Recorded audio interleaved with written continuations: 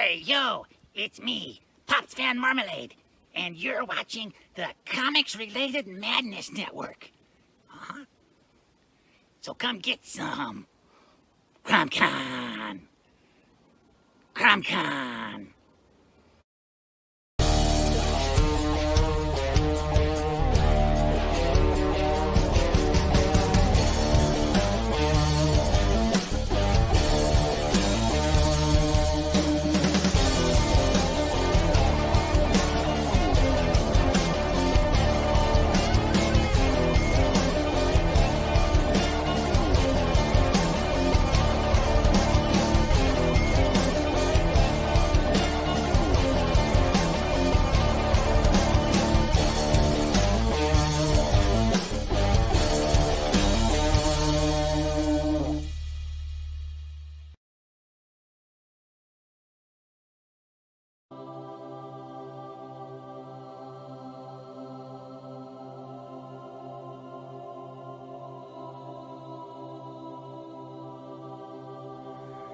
The original intention of the film was just for my personal use, but I thought with it being such a unique thing that I'd like to offer it to anybody who wants to see it.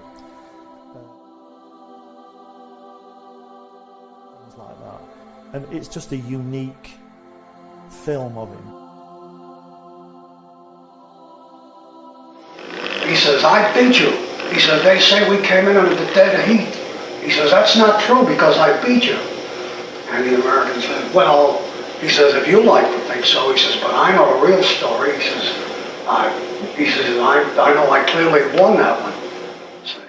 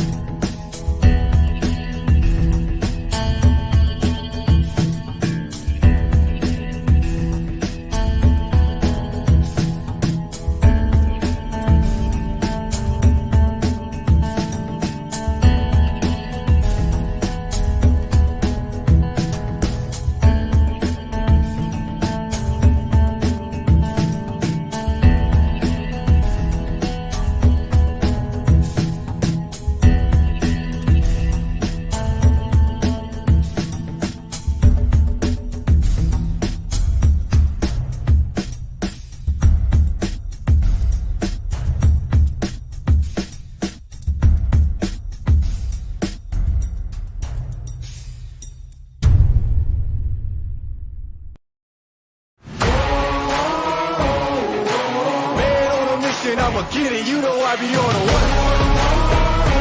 Yeah. You know I be on the way. Man on a mission, I'ma get it, you know I be on the way. Yeah, it's all hard, ain't no fear here. You ain't giving this to all, you steer clear. Never beat, I've been down and I reappear. You got some money on the line, you better put it here. Rolling in and doing that work.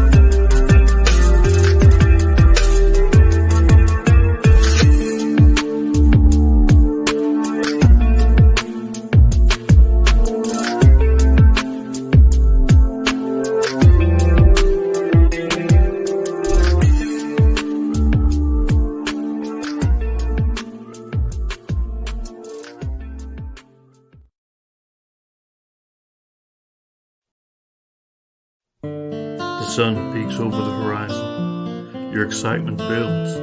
The animals in the field start to stir. The forest comes alive with sounds. The sunlight glimmers off the lake, and the mountains start to shed their morning fog. So load up your favorite ammo, grab a few buddies, and head out to make some memories. And tell the rest of the world that you've gone hunting. Gone hunting is a 1 to 4 player game of family fun where you build a unique hunting ground, scout different animals, buy weapons and gear, and roll dice to hunt. Complete objectives and try not to miss. So let's load up the truck and back gone hunting today. See you in the field.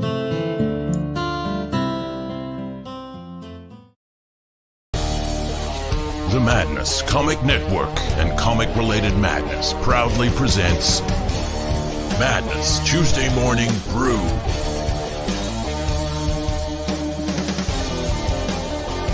Tune in to our content on Comic Talk with Pops Van Zandt on YouTube.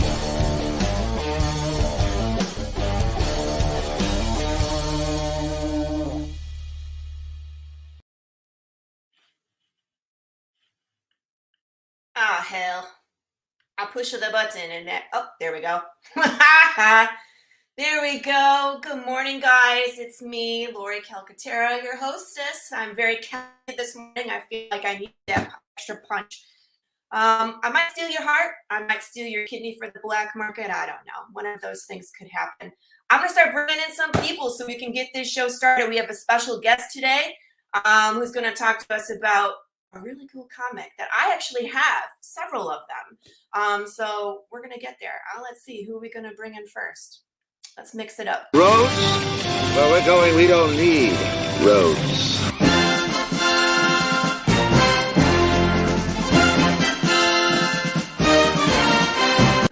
Gordon Shumway, nice to meet you.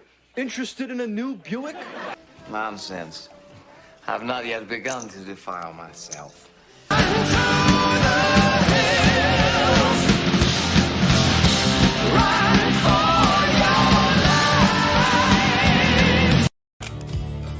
I'll make you famous.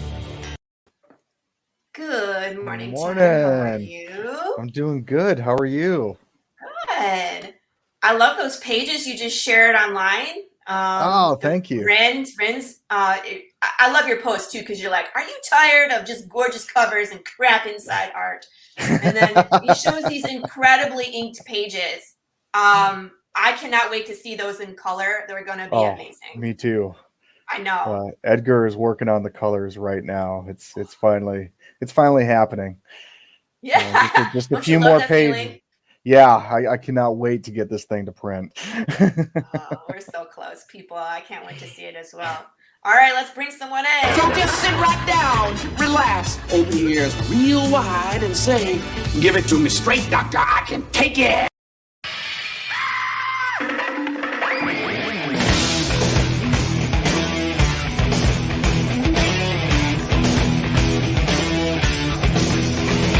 Kick the chops out from under the wheels. Flaps up. No offense, Margaret.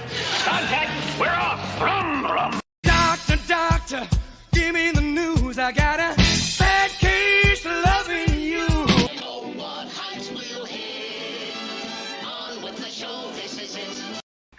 The doctor is indeed in. What's going on? Yeah. Good morning, Doc. How are you? I'm gonna see your coffee and raise you a coffee. I'm much better than I have been. I took a few days off to recuperate. I had bronchitis. Now today my wife's sick, so she was going out the door, had a dizzy spell. I grabbed her by the arm, walked her back in, said, "Yeah, you're calling in. You're not driving to work when you can't stand up." So. Yeah, definitely don't get behind the wheel. No. So, well, I'm glad you're doing well. Let's bring in some more people. One, just kidding. Won't you get in trouble if the boss shows up? Oh, no, it's the boss here? Hey, wait, I'm the boss.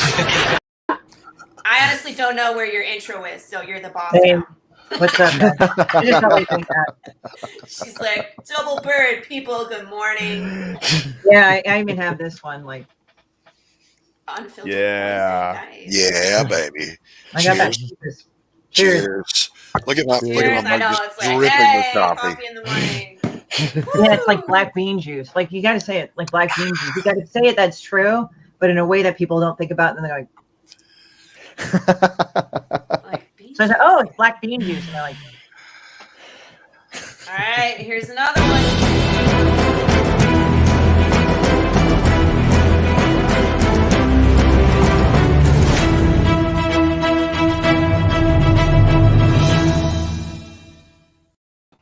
Good morning, Allie. Morning, I Allie. still love your intro, man. I need an intro. Doc! Doc's like, Doc, I need an intro.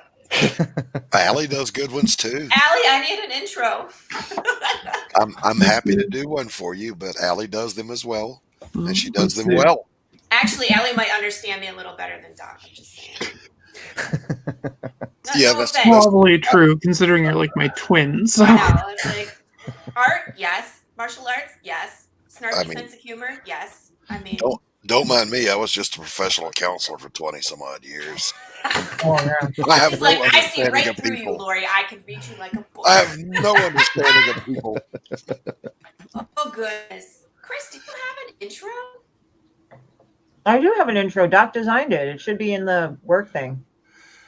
You know, I We never got I'm trying final. to rename all the things because We it's never like got all over. final okay on hers though. Oh, well, then I'm just gonna bring everybody else in, people.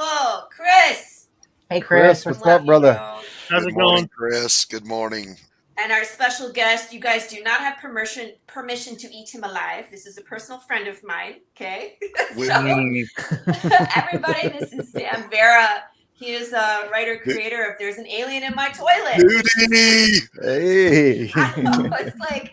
I'm a huge Duty fan. I'm just saying. And I just say, I have all of them. Doc?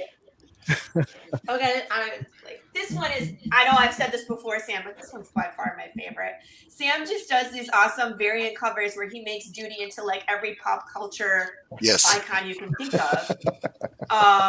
And he does them so nicely. So Thank you. And I'm always lurking in his chat. I don't ever comment because I'm watching. I'm in the den watching on the widescreen, drawing and laughing my ass off because I freaking love Duty. Love it. Thank you. Thank you. So tell us, you are looking for a man. You have found one.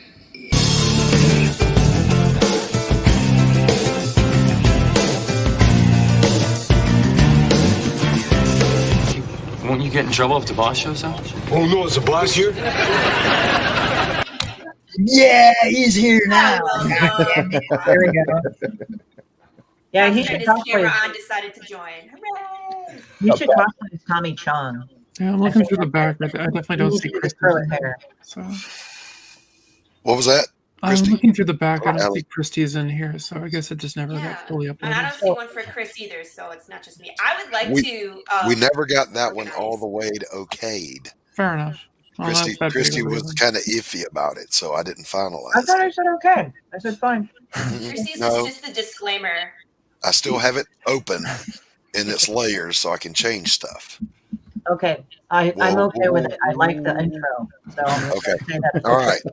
Well, by Yay, God. it's official. You see what I'm God. doing? It's kind of like it's like herding cats, but it's what we do. So Sam, you are kickstartering right now, yes? Yes, we are midway through, so at the halfway point right now. For anybody who isn't familiar with Sam, can you give us like a short snippet who you are, where you come from, your background? So basically, I've been doing indie comics since 2003. I did leave in 2009 for about 10 years. I came back in 2019. I launched Cast the Craze podcast. I also have a podcast in 2005. When I left comics, I left that as well, and that came back in 2019 as well. So I've been self-publishing my own stuff for a minute now. And Duty I created in 2005. Why an alien named Duty? Why not? Funny. I don't know. I told the story on Pop's show yesterday, but a newspaper editor approached me and was interested in my work and said, did I have a sci-fi comedy comic strip? They'd love to publish it. So I was, going through the Lincoln Tunnel, and then boom, this little green guy showed up in my head and says, "Hi, I'm Duty from Uranus," and that was the beginning of it. And so I get to IHOP. I flip over the table mat. I'm designing the character. I'm writing the plot out. And then I decided to do it myself instead of just going with the paper. And that was the beginning of it. I fell in love with the character so much. And he just, when I create him, I illustrate and then the words come. So Really? it's different from anything I've done before. I've always written the scripts first and then illustrated to the script. This one, I'm even though I have it plotted out, I have the whole universe plotted out. The dialogue just comes when I'm illustrating. That's interesting to me because I write the script, Marco does the art, and a lot of times I'm changing the script to match what he has done because maybe what I wrote is too long or it doesn't fit or it doesn't explain something that's happening in the background. So I'm always adapting my script as well to whatever's on the page. So I feel like I give him like an outline, right? Yep. And then it always keeps changing when the art changes. You know what I mean? The art is there. Yeah. He's using the Marvel method. I was going to say the same. Yeah, I was going to say, don't they do that where they're like, draw it first and then the script writer comes in and writes the story? It was plot first. These like things need to happen in the book. Yep. And then the artist breaks it down the way he thinks it would look. And then the script writer comes in and writes the script over the panels. Interesting. That's how I work. Huh. Oh, wow. Yeah, it seems to be more organic that way. Mm-hmm. For me, because like Sam's saying, I can literally, as I draw them, I hear the words they're speaking. Yeah. And I hear the conversations, and it's much more spontaneous and natural. Yes. To me. When I read your comic, what's that little alien from Looney Tunes? Marvin the Martian. Yes, that's how I hear his voice in my head. Where he's like so specific with the words that he says. It's like, I have a plethora of this, or how dare you? And he's like talking to a squirrel, like, I see you mean war, or something like that. It's just so funny and like really reminiscent of cartoons I used to watch as a kid, where he's at war with just like nature because he has no idea where he is, and it's just really funny. He overcompensates because he's really he's insecure about his status. His father's the emperor of Uranus, and his guardian happens to be the general of Uranus's army. So he has to live up to those standards. So he uses this false bravado. I wonder what Uranus weapons are. I'm just saying. Yeah. Stop acting up, Pop. Stop acting up. That fart gun from Despicable Me. Yeah. So, his first encounter with Earth, he thinks that he was handpicked to go on this secret mission, but really it was just to get out of their hair for a little bit. And so, so he overcompensates with his ego, and he forgets to refuel, and that's how he crash lands. And no matter how many times he gets defeated or puts himself in a precarious position, he won't admit defeat, and so he uses his imagination to justify his self-belief of himself, even though he knows that he can't live up to his father's expectation. That's interesting. So Oh, there's so like being other Asian. level, right? So it's like being, What, Christy? I said, so it's like being Asian, right? Oh, not living up to expectations. Oh, constantly. You have no idea. You're either too fucking fat or too fucking skinny. You've either you got an A- instead of an A. You get a B, you get your ass kicked. Wow. Yeah, it's just like a lot of shit. I could list on and on and on. So I could understand this fucker's neuroses. So that's why when he gets knocked out, he becomes this larger-than-life character, whether it's a samurai, whether it's a warrior, whatever it is. And in his dream state, he's defeating his enemy. And but then in reality, it's the opposite.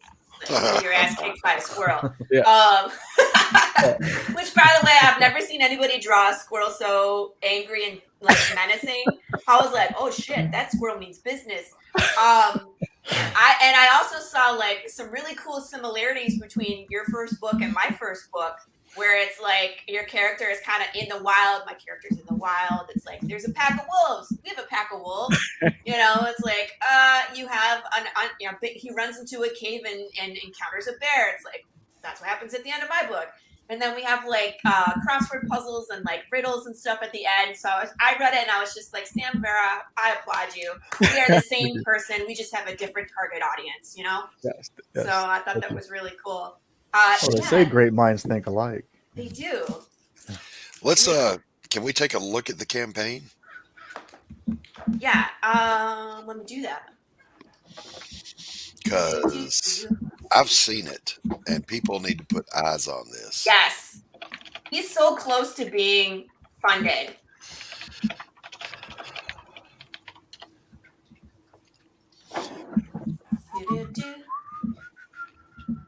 I almost heard like the. Making it up there. The F Troop? The F Troop? No, that's Andy Griffith. Andy Griffith. Yeah, Andy Griffith. That was it. It sounds kind of like F Troop. The greatest television show is the ever. Jeopardy theme. I'm sitting here waiting for. Do you want me to share it for you? I got it. Okay. Would help if I added to stream. See, I always got Bewitched stuck in my head. Here we Fun go. fact after this. Fun fact after this. Okay. So this is So what book do you guys- 3. Judy finally escapes the wild and gets into a home. And there's a family there, and there's a Chihuahua named Herman who knows there's an intruder in the house, and he thinks it's a talking jalapeno when he sees it at first. So the rivalry begins between those two. And the father thinks the dog is just going crazy because the house is getting torn up. And the government has located the crash site where the UFO is. So all worlds are closing in on Duty, and he has to figure out a game plan. Excuse me. And what's different with this campaign with the others is that there's a second book. So there's another story because Duty, the nailing on my toilet, the punchline, this is a 12-part mini. And then Duty goes on other adventures. And there's Duty's Monsters on Planet Cthulhu. So this is after Earth. And Duty's in class. And he's bored and he wants to go on another adventure. And so he hears about some citizens of Uranus that disappeared in the Outer Rim.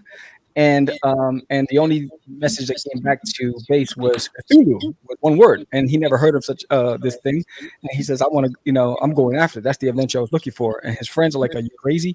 So he heads off, and it starts a series of events in this one. So this is after his experience on Earth. So this is the first book that I've done in a decade, from start to finish, without somebody else lettering it, without somebody else coloring it. So I did everything myself on this book. So I'm really proud of that one. And it was around Halloween when I was launching the campaign. I wanted a monster book, and this is part 1 of 3. So there's I 2 love this books. cover. Thank you. And that's one of, it's a 3-cover spread. So you can either get the single cover with Cthulhu sitting on the throne, or you can get all 3 and have it all as one big image. And the image below, you'll see the other 2 sides of the cover. These? No, those are just the sample pages from the book, but when you Okay. scroll down, you'll see it.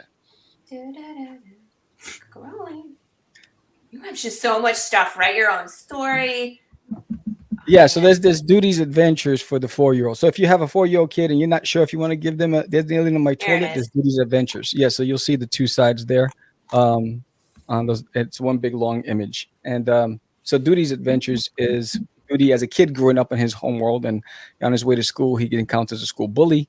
So how do you deal with a school bully? You become a superhero. So Duty becomes a superhero in his imagination. He combats the diabolical egomaniac overlord nemesis Poo Poo. And what's great about this book is that it's interactive. So with every page that you read, there's the opposite page is questions based on what you just read. So the guardian or parent can test the kid's knowledge on what they just read. And then at the end of the book, the child can actually write their own ending. So there's 3 pages allocated for them to write their own ending to the story, and 3 additional pages for them to draw their own characters. That's so cool. You know what? I got to tell you, my daughter's in 3rd grade, and I just did parent-teacher conferences, and her teacher was just like, everybody in this grade is drawing their own comic. It's a fad for these 3rd graders, is that they're all drawing their own comics at this moment. So these are really cool because this is right up their alley. You know what I mean? Like, encourage these kids to either draw or write or be involved in any creative manner is great. So when there's a project like this where it's like, it's funny, it's like those kid movies with the adult humor built into it. You know what I mean? Where it's like, there's stuff for us to laugh because I know you're putting like innuendo and other things in there that make us chuckle, but really the kids get to enjoy it as well. And I mean, what 8-year-old boy doesn't think that an alien named Judy is funny? They all do. Right? Yeah, so do 60-year-old boys. You don't have to be. I know, it's just you never grow out of it. And Duty started with actually when I first introduced it at Comic Cons. It was actually the adults who bought it. They laughed, and then they bought extra copies for the kids. Yes. And that's what I've been doing. Like, I have all these extra copies. Guess who's getting these? All my nieces and nephews for Christmas. Ha ha. That sounds like Demon Bitch. Huh? That sounds like Demon Bitch. Like, all like the parents will draw it in, and then they'll start buying it, and their kids are like, "Hey, what's that?" And it's like, "Shh, that's not for you. This is for daddy or mommy." And then I get to read it first, and then you can have it. You know, where the kids are like, "Wait, isn't that mine?" Shh, I'm reading it. What? Look at a ton of rewards, man. So starting at just $5, people can support this project, man. It's $10. I find it's a little more challenging online promoting an all ages book. It's easier when I'm at events and shows. It's much easier. And so I have to work 10 times as hard online because I'm competing with a lot of adult content. And sometimes people think it's corny. And so I was like, it's not too corny to laugh. It's not too corny to, to giggle where your belly's jiggling a bit. It's fun to laugh. It's infectious, so who doesn't want to laugh a little bit? So if you loved Alf, Marvin the Martian, Invader Zim, you should give this a shot. Okay, so I wasn't the only one thinking Alf when this came up. Good. I'm a big Alf fan. I in fact, Alf has his own channel, at least over here in Texas, and I watch it religiously, and you see my buddy Alf is sitting right next to me right here. So Wait, Alf has his own channel here in Texas? You got a Gordon show, right? Yes, I got my own. I remember when he like had the cat and he grabbed it by the scruff and he looked like he was gonna eat it. Like, like the look on his face, like all of it, people. Look at that one. Like, well, whatever, eat me. Yeah, I absolutely love Alf. I mean, the cartoon and the sitcom runs 24 hours on the Alf channel. That's awesome. Yeah, it's like God is answering my prayers. I'm a simple man.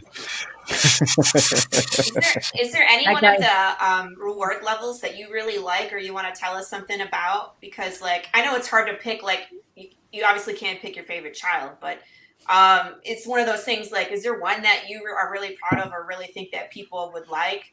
Ooh, well, I think for anybody who doesn't, who's never seen this before, I mean, there's the catch-up packet. It's a digital bundle. You can get the copies, all 3 issues. If you're not sure if you want to get a physical, but I'm like, I really love the sketchbook bundle. And basically, there's a custom sketchbook where if you have an aspiring artist in your family, a little one who wants to draw, in that bundle. I will start them off with the first page with a sketch by me and a little note from Duty encouraging their artistic journey. And that bundle comes with, I got to remember what it was. Is it the Young Artist Starter Kit? Yeah. It's gone. They're gone.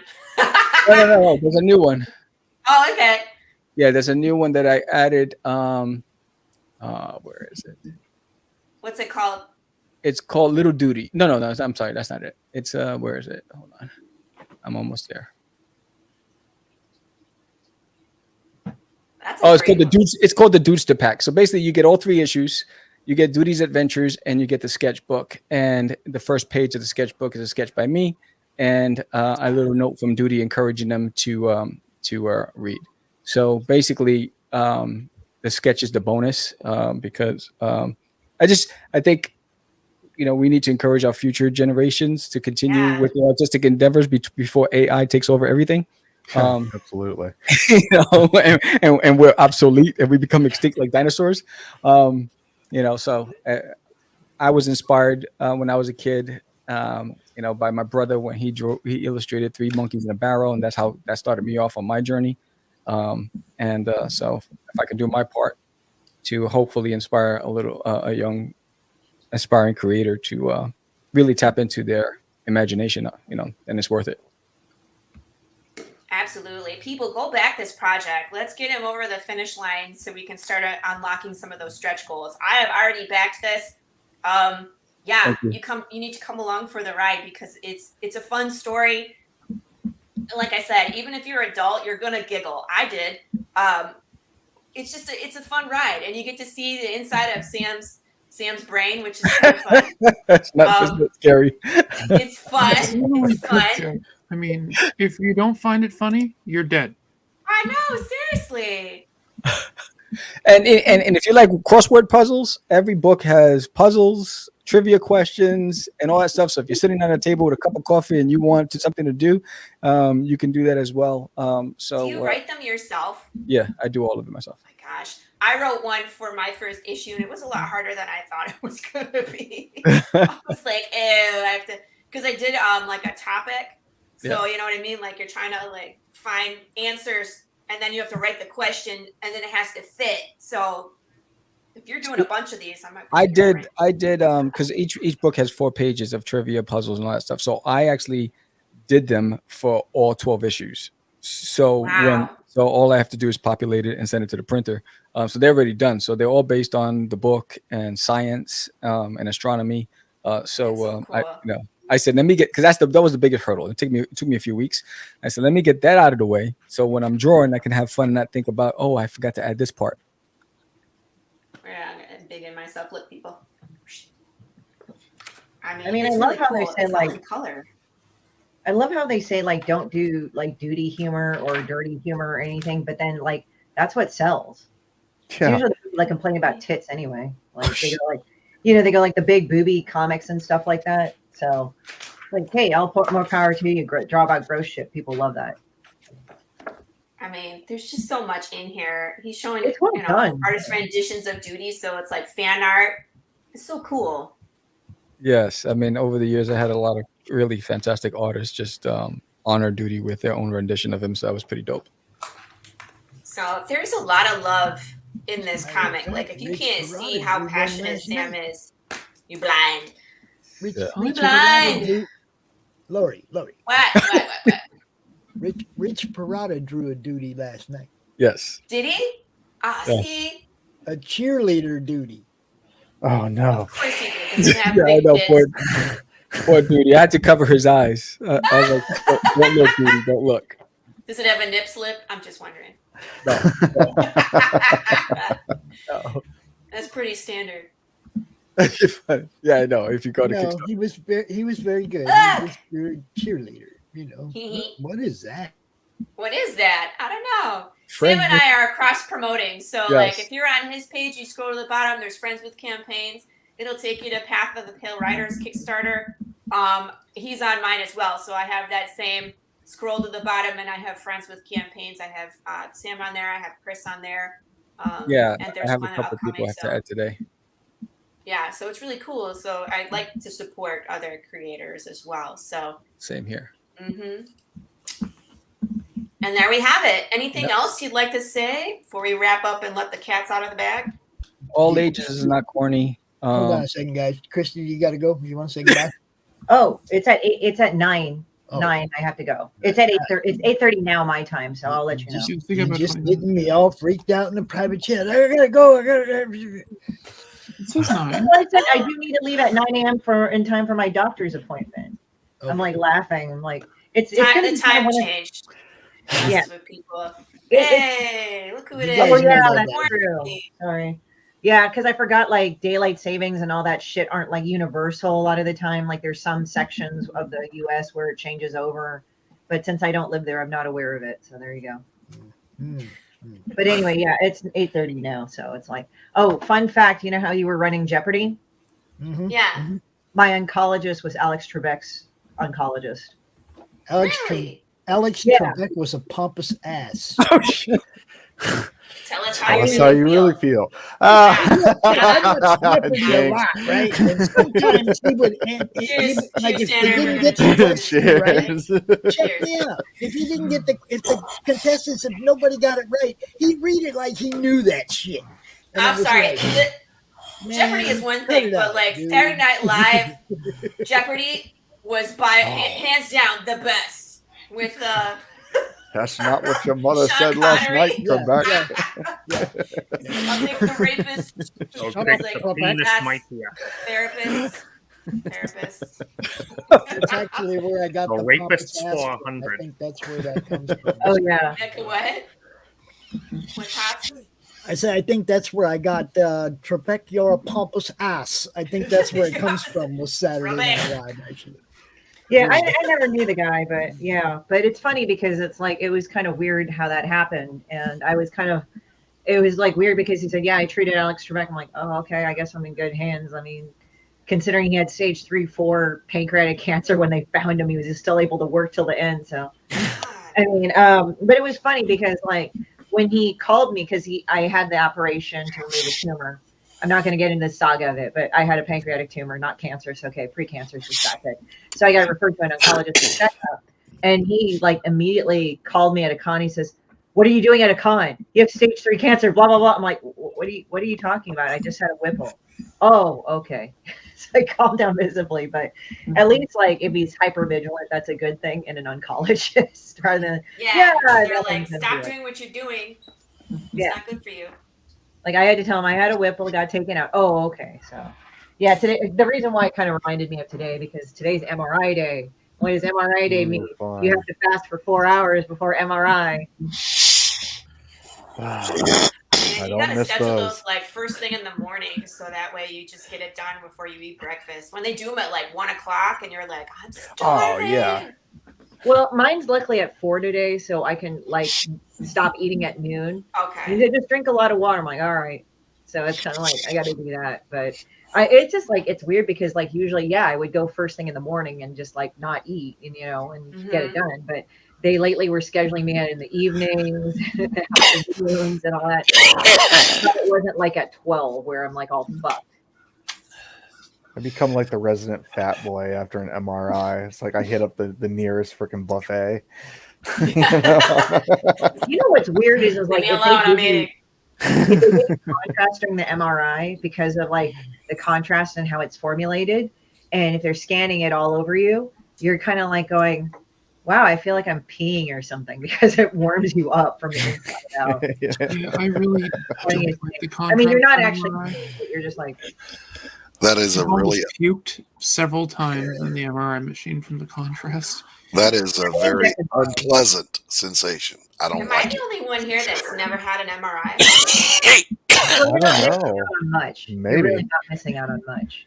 Like for me, they inject the contrast. They put it in an IV and stuff. Yeah. Never drinking that shit is gross.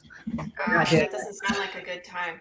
Yeah, no, I've only been injected by it, and I don't mind it. It's always caused, but basically always caused a reaction. I always fall asleep during them, so I get a little nap in. It's great. I have fallen asleep during MRIs. And everybody's like, I get them a lot. panic attack. Tanner's like, I took a nap. No, you were in, what were you? Armed Forces? Which branch? I was Army. So that explains a lot. I know, right? I'll sleep wherever, right? Whenever, wherever. Yeah. Yeah, mine isn't barium. It's like a different. I have the paperwork on it, but it's a different type of contrast. Yeah. Yeah. But it's great. It's like we want to make sure that nothing else is growing. I said, yeah, get the evil out. Well, I mean, they can only find the medical stuff, Christy. The rest of that evil is just all you, baby. It's ingrained in my brain. What do you think I call my tagline for Demon Bitches? We are Legion. Yeah. I don't go, I am Legion. It's not like going, we are the Legion or the Legion. It's like, no, that's stupid. I am Legion. Like, fuck you all. It's like, no, I go hardcore here. I'm gonna change the subject because talking about MRIs is kind of gross. We're talking about demons. They're more just loud and uncomfortable. I mean, this is kind of where we live on this show, so yeah. True. What did you guys think of my short film yesterday? I thought it was funny. I didn't see it. I'm not privy to this. I posted like, okay, well, we can watch it. I can show it. Yes, show it. Yeah. And I will say yes. Before Yes, you Doc. do, Yes. were you okay with the trailer edit I did for you? Oh yeah, we're gonna show that one too. Doc remastered. Remember last week when we were talking about? I showed my commercial and I was just like, "Someone please help me, dear God," because sound editing and I are like mortal enemies. I just want to like pull all my hair out because it's terrible. Doc remastered it for me, so thank you. Oh, you did the sound editing? Good. What? That means nice. So I don't have to do it. No, Fantastic. you have to do the welcome video. The one I sent you is different. Oh, okay. All right. I'll pull it down and do it. See, I just like, please help me. Yeah. So Doc did the short one. Allie got the Show long it. Show them all. All right. So let's show the commercial, but I got to show you guys the short film, and then we can talk about it. Jorge, if you want to come out here, George, I don't know. If you want to come out here and hang out with your boy, you can. You know, I dropped the link over there. Drop the link. You know, come on out. Then we'll have the full Brady Bunch going on The Brady here. Bunch setup, and you would. I need you to do me a favor as well. If I didn't give you a wrench yesterday, let me know. Drop your name. Drop a comment so I can give you a wrench. Shut Ready? up. We're gonna show the short commercial. What's your wrench? 3, 2, 1. Over.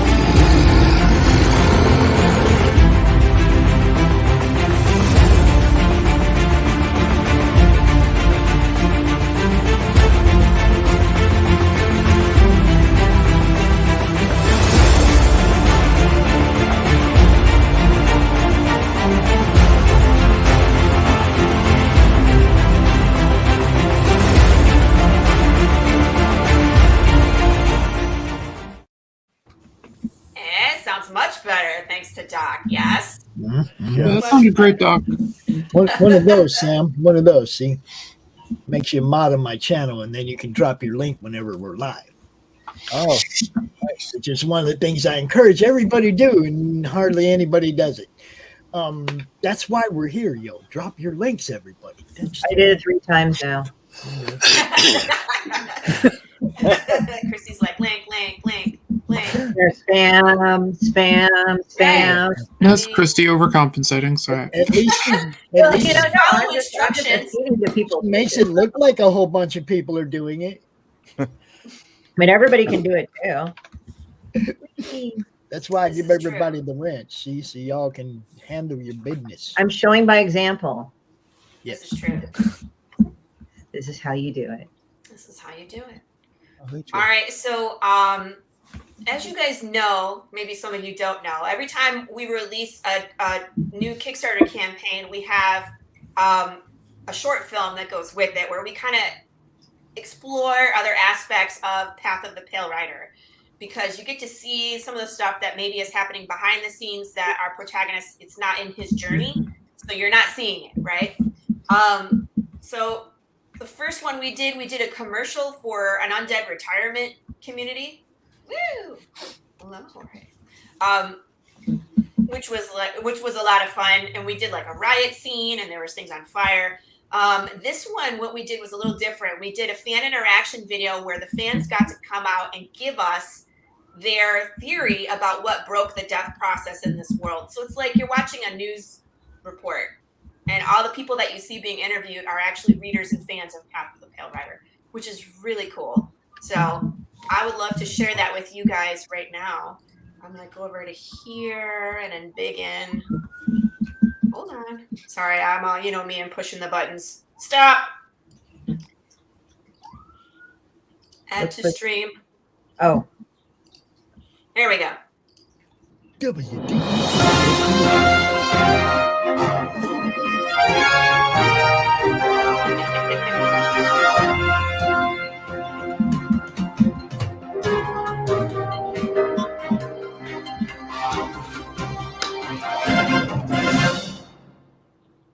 Good evening. Thank you for joining us on Channel 13 WDED. I'm Lewis Landon. As you know, we've been following this crisis as it develops. And now we'd like to go live to Ellie Brock on location, talking to you, the viewer, on what you think caused this horrific crisis. Ellie, good evening. And how are you? Hello, Lewis. How are you? I'm here on location today. We're going to walk the streets and see what people have to say. Hello. Thank you for joining me this afternoon. You got it. What do you think broke the death process? The witches. It's the cats. You know, if I had to pick one thing, it'd be the aliens. Aliens. Yes, aliens. Where did they come from? Outer space. Why do you think the death process is broken? I can tell you. It's that damn sugar. That's a good question. And a lot of you are going to say the government. I know, in fact, most of you are going to say the government. I think it's the government. No comment. Do you want to talk about what you think the process? Sir, do you have a second? I'd like to ask you a question. It has to be Anthony Fauci. None of this is the reason death was broken. I honestly think it's vaccines. What's causing the undead and what's causing the human form to turn into the undead, and it's not just death. Think about it, this makes sense. No comment. Are you saying we can't die? I think it's the food that we eat. It's in our candy. I'm not answering the question. Is it even real? Like, maybe it's not. Yes. Bet it's a cat. I know it's a cat. Everything is genetically processed now. So GMOs. Remember the pygmies? I think they're back. No fucking comment. It's the nanotech technology. A pale horse, and he who sat upon it was dead. Elaborate. Look, man, I don't know. Back off. Maybe this is all just You're all choppy, Laurie. a really bad trip. People like this, you guys are all at fault. The media, the government, big pharma. You guys know who did this, and I won't stand for it. No comment. It's in our coffee. We can't die? Well, I mean, your body dies. So where can people go to find this information? Google. That's what I think it's like specific yogurt. Not the yogurt. It's in our drinks. Be more specific. Is there a cure? I don't think so. Honestly, I think there's a colony of pygmies. And I think they are out casting voodoo spells. That blueberries got me real concerned. It's brisket. Yes. It's barbecue brisket. Look around you. How many deaths do you hear about? A lot right now. So of course it's the witches. They're the smartest people in the world. Skinny G. He must have given me some bad stuff. Just let him die. Your body dies. Yeah, you stay in it while you decay. It's sugar. Don't believe everything you hear. It's absolutely organic. Just the meat, Barbecue and the brisket. water, And the water. and the vegetables. That's the limits of life. It's McDonald's. McDonald's broke death. And the reason I say that is if you think about it, their food don't actually burn. Their food was designed to be consumed by the dead. But see, if you take it, then you die. So it's the consumption of eating the food that only is made for that do not die. You get what I'm saying? It's McDonald's. Trust what I'm talking about. It's McDonald's. It's just bad. I think she's on to something. Crazy. It's crazy stuff. I'm gonna go rob a bank. Oh my God. I don't know why the dead don't fucking die. Look at me. Look at me. Put the phone. And there you have it. We've spent all day asking people what they think. There's some truly wild accusations out there, and let me say, We really have no idea. Damn. Go to commercial. Is she okay? Somebody call 911.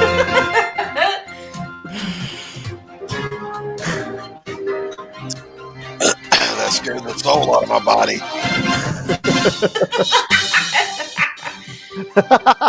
Pops is like, can't leave Willie Nelson anymore.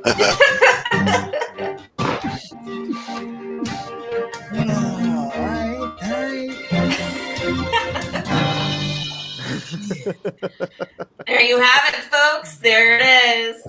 Oh, That's man. awesome. Good stuff. So we have a fun time, right? It's like it's just You something can get bonus. that book. You can get that book right now. Yeah, You can yeah. get that book right We now. want to get to 70% today, so help us get there. We need like $200. We'll be at 70%, and then I'll be happy for the day.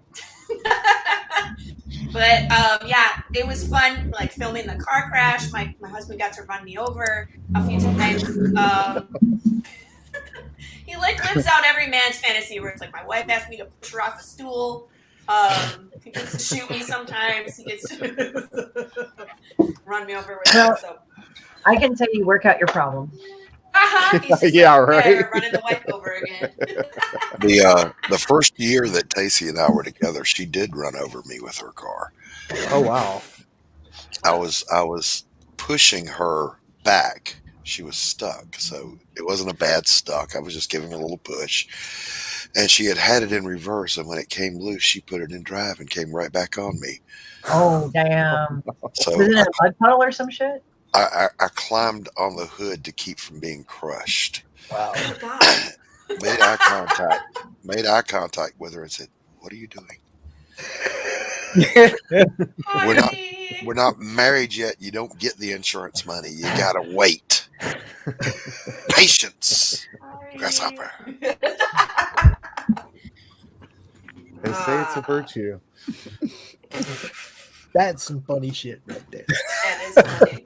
I agree. See, mine was at least movie effects. Mine was not real.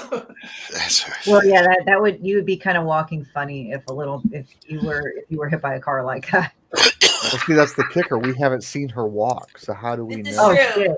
You better prove that you're not dead. But that damn sugar. The sound effect alone. So we scared had me like out of my those soul. are two of the guys from the Zombie Bros. Pops was there. Chris Hayes from Charter Comics. A bunch of ladies from my neighborhood that all support my comic. I love when people like send in their videos too. So and of course Pops. The McDonald's lady is awesome. Oh, I was just gonna say that. Yeah. The That was McDonald's great. lady was awesome. But The you cat guys tell lady, me. yeah, I know. No, I had already the like McDonald's, the the government McDonald's lady. She's a the friend, personal friend McDonald's of mine from lady. She Detroit, was and she's fucking funny. she's I a love that. TikToker. She's hilarious. So Yeah. Jazar Riches, go look her up. She has a ton of content out there, and she's so funny. She's amazing. The thing I She want. has a full-length feature film coming out soon Really? Okay. that she wrote and acted in. Nice. It's called The Birth of a Savage. Yeah, we Oh should my have her on god! here I bet that's sometime. good. Is it about Oh, Tanner? I'm sorry, it's not about Tanner. Oh. Tanner can also be a savage, but I thought for sure it would be about Tanner. Allie, you would really like her. She kind of fits into our whole like creative and also wants to just murder people. I mean, No. practice martial arts. There's this thing you just said, and we all let it go by. That these women in my neighborhood know I'm doing this, and they support it. So how does that conversation go? It's like, Okay. I'm in the junior league. I'm president of the PTA. I'm making a zombie comic book. Oh, Yes. Isn't that crazy? This is how my life is. We're like, I go to these, I play Bunko. Okay. If you are not familiar with Bunko, it used to be like a dice game that the mobsters played during Prohibition, and now it's turned into like a housewife game where we get together and we just drink and get knocked out. Yeah. So it's like 12 ladies, someone hosts, they provide food, we all sit down and gamble, we bring money, And like, yeah, you throw dice, and then whoever, like, there's like 4 different categories. We make up our own rules, whatever. But it's like, whoever has the bunko cup at the end with the money gets most of the money. Anyway, so it's these 12, suburban ladies. They all do something different, and everybody knows I write this comic book. And it's really funny. So I like kind of strong-armed a couple of them into the video where I was just like, come say, just if you don't want to say anything, just come say no comment.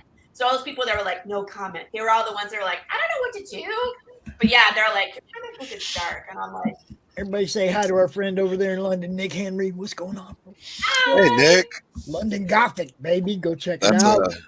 That's Nick the Biceps. Yes, bicep Nick. That's him. It's back his book, or he will beat your ass. Actually, he kind of fits in that category too, Birth doesn't of he? a Savage. Birth of a Savage. Yeah.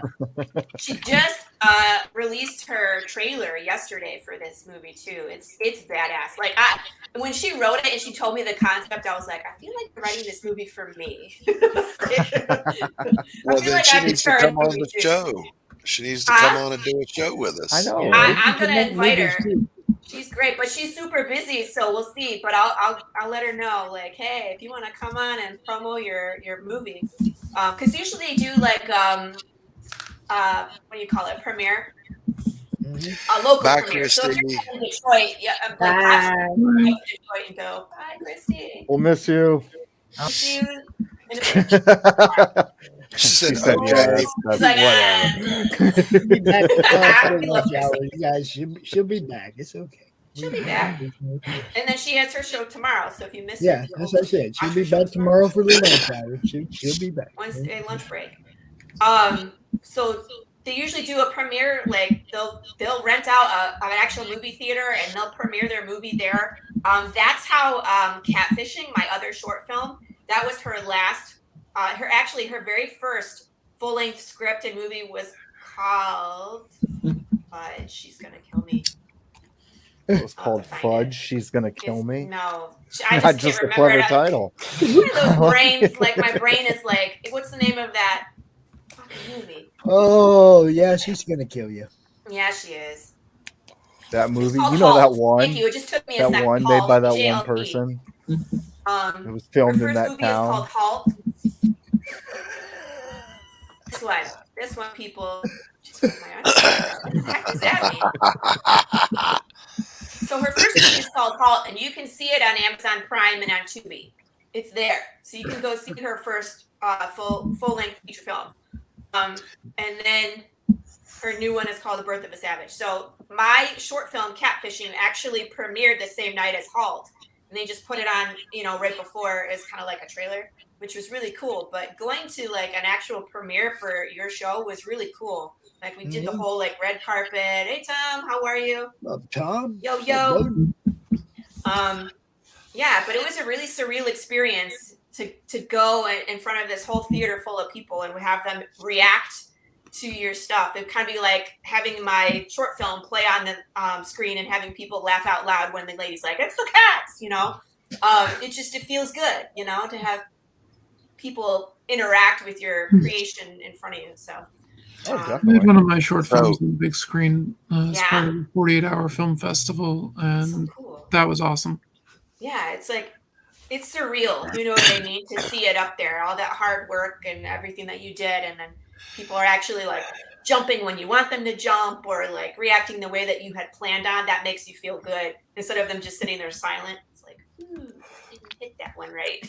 I like some of them people that were just looking at the camera like. She did that on purpose, where she was just like deer in the headlights. You know what? I forgot to mention this. If you go to the Kickstarter page and you scroll to the bottom, I have this section called the Big Picture. I have Last Comics Riddle, but I also have our first short film, and I have the long version of the conspiracy theory. It's 8 minutes and 17 seconds. So I had to cut out like almost 50% of it for time because there was so much content. If you want to see more of what Jazar says, because there's more of what she says, it's hilarious. And we're gonna have a blooper reel. So when we get to 100 backers, there's a blooper reel. So oh my god, it's so funny. And her fan club. Oh, Tanner, do you have an OnlyFans? I maybe. So if you want to see more of Tanner, If you want to see more of Tanner, you have to go to his OnlyFans. If you want to see more of Cesar, go watch the long version of or you can join us Thursday mornings.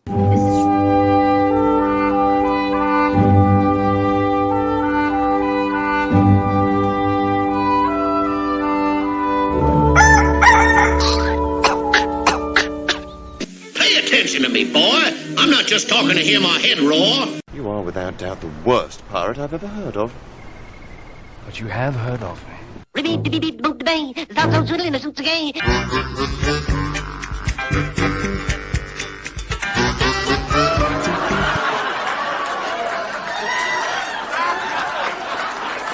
What is wrong with you?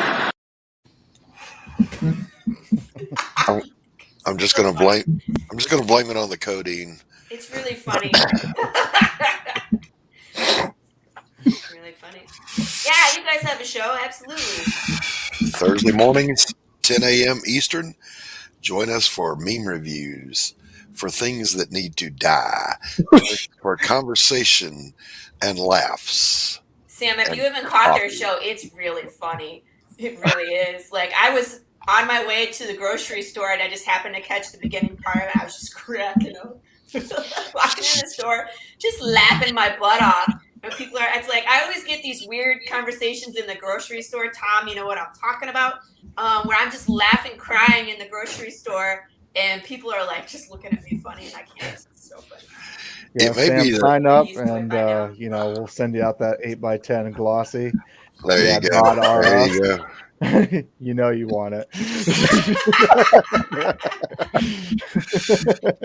You know, it's funny because social norms makes that okay, but if I said that, good God, it'd be a different reaction. Yeah, it'd make a lot more money too. Yes, I don't know, man. I'm gonna, we're gonna see more of just Tanner being on honest, Thursday, right? but You do. Look, I'm gonna pimp Tanner out. So I'm gonna make all the money I can off this bitch. I'm just saying. I wasn't gonna bring it up, but since you did, oh my God, I I'm gonna be shirtless Sketch. with the Cav Stetson on. You gonna do like the calendar pose? Absolutely. You shouldn't have even tried me, young man. I have Photoshop and I'm not afraid to use it.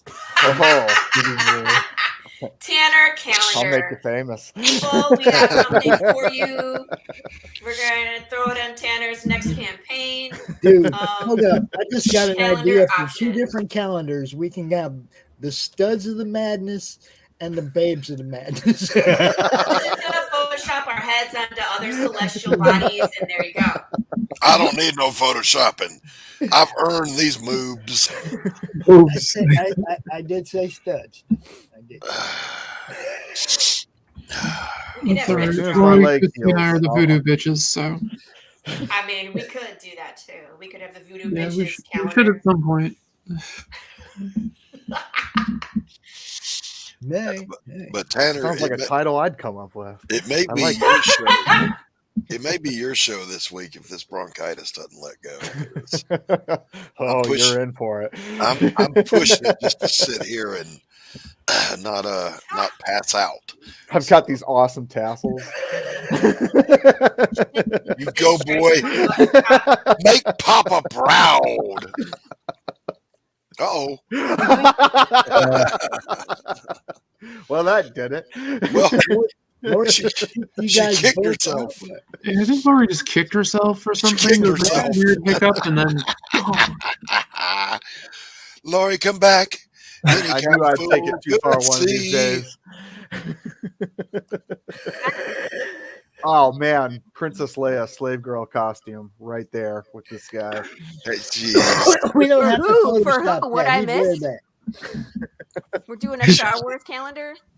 Apparently, they want my face wouldn't have to photoshopped on a Photoshop Star that, Wars though. girl's calendar. Hey, I have I crochet Princess Leia hair with the buns. I'll send you one. He already. Oh, look, man, just this the is going headphones down. gives him the appearance already. It's I'm true. just saying.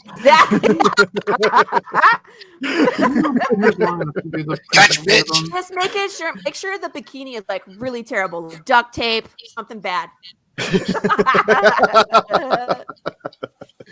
I don't know if my hair's long enough to do the Princess Hot Leia. glue. Mine's not. Ellie, if mine's not, yours No, isn't. I don't think so. I'll send you one Mine's- too. I got like 3 of them. Hey, I'll send everybody. It'll be a nice. We'll have a Star Wars day where we all show up wearing the Princess Leia hair. You get a Cinnabon. You get a Cinnabon. We all get Cinnabon. Look under your chair. It's there Sam. now. Sam's got to go do his thing on his All right, channel. Sam. Yes. Thank you guys. Sure. Thank you for Pleasure coming meeting on. you, Sam. You guys Guys, are go great. Thank back, you. Take care, Sam Sam. Comic. Go Thank to you. Check out the Kickstarter. Catch the Craze YouTube channel Come too. see and us you catch sometime, out- bud. Catch what's up with Sam and his people Yeah. over there, man. Absolutely. See you All guys. right, bud. See Yeah, ya. yeah. Bye. Bye, Sam. And I'm gonna bail also. I need to take medicine. Doc. I need to, I gotta take medicine and go lay down. Cause I gotta take feel better, dude. Methadone. He said I gotta take Methadone and go lay down. medicine. Messaging. Methadone. Yeah, Methadone? please go take some. Take some No. Methadone and please lay down. Bye, Doc. Yes, we need you at 100%. Excuse me. Or at least Now 75. there's 4. We're doomed. Yeah, I know. What are we gonna do? I did drop the link up there somewhere. Other people can jump in here if they want to. That's cool. Now we can just harass each other more quietly. When there's 9 people and we all talk, it's like, who's what? You know, things. This, Doc show, needs this his show's fiber getting and a lot better. constitution. This show's getting a lot better at that, though. Yeah, no, but it's a lot of fun when we go off the rails too. We haven't seen Professor Richness today. I wonder what he's up to. He's in school. Cool. Classes I know. That's the professor. He don't get to come out early anymore. Lame. It's upper class peoples now. I know. He might jump in here on the train ride He home or puts something. his pinky up when he drinks his tea now. There you go. Doc needs his fiber and a constitution. What the heck is a? Can someone please explain to me what a constitutional is? I always thought it was ahead. wrong. Either when you take a walk or a shit. And how do you know which one we're referring to? Very, in this very case? up for interpretation. Just don't combine them. And I want to keep it that way. Just don't combine them. You don't I want to know. take a walk and a shit. Okay.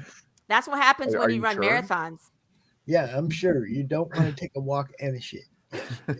Yes, my sketchbook 340. They do. Yes, he It's is amazing. a professor at the Confetti College in Nottingham, England. Yeah, he's writing like lessons plans and shit, like a whole Yeah. adult. It's crazy. I know it's I hard know. to believe it, huh? But see, Pop surrounds himself with most excelente people. That's what I do. Scholars of party the highest included. quality. I've done this for too long. Yeah, that works. I can be a constitutional as well. Yeah, you shit at the don't same want to walk time. and shit at the same time. If somebody shit says walk. you're off for their evening constitutional, and you know that means you're going for a walk, A or moonwalk, they're a taking dump. a long dump. So, Tom, we're gonna rename I that think it into can something refer funny, to as like a dump drink walk. too, but it's usually a nightcap. So, A nightcap. Yeah, that's different. Oh, my Yeah, goodness. off the rails. I told you. It doesn't take much. We just slide on out. Just a little nudge. Just like a Just a little turd nudge. on a walk. Duty. Huh? It's duty. Let's It's wrap duty. this right into duty, right? The alien in the toilet. See, full circle right Yep. there. Like how we did that, people. That's good writing right there. We meant for that to happen. That sounds like Exactly. this is Always starting to back sound with like the an Amber ideas. Heard Set stream. them up and we knock them down. It's starting to sound like an Amber Heard stream. I'm just Okay, we're gonna switch the subject then. We're done. Fuck the turd. We don't support that bitch. Jim, good morning. Good morning, Jim Jim. How are O'Reilly. you? Come on out here, Jim O'Reilly. Yeah, Jim, hop on. Glenn, hop on. We got room. There's plenty of room Turd on a on a walk? watch. Tom, I don't know where you're going with that, sir. Oh man, it's crazy. I got some ideas where they're going with it, and I'm not going further. Ah, You're like, we're not gonna. You can't just this, open up Pandora's box and close it that already easily. I'm going to point out that hope was at the bottom of the box. So I'm really hoping this goes away. It's I'd not help going us through my to. You do sketch. realize that male brains are programmed for 3 things. We're still trying to figure out that third thing. I know.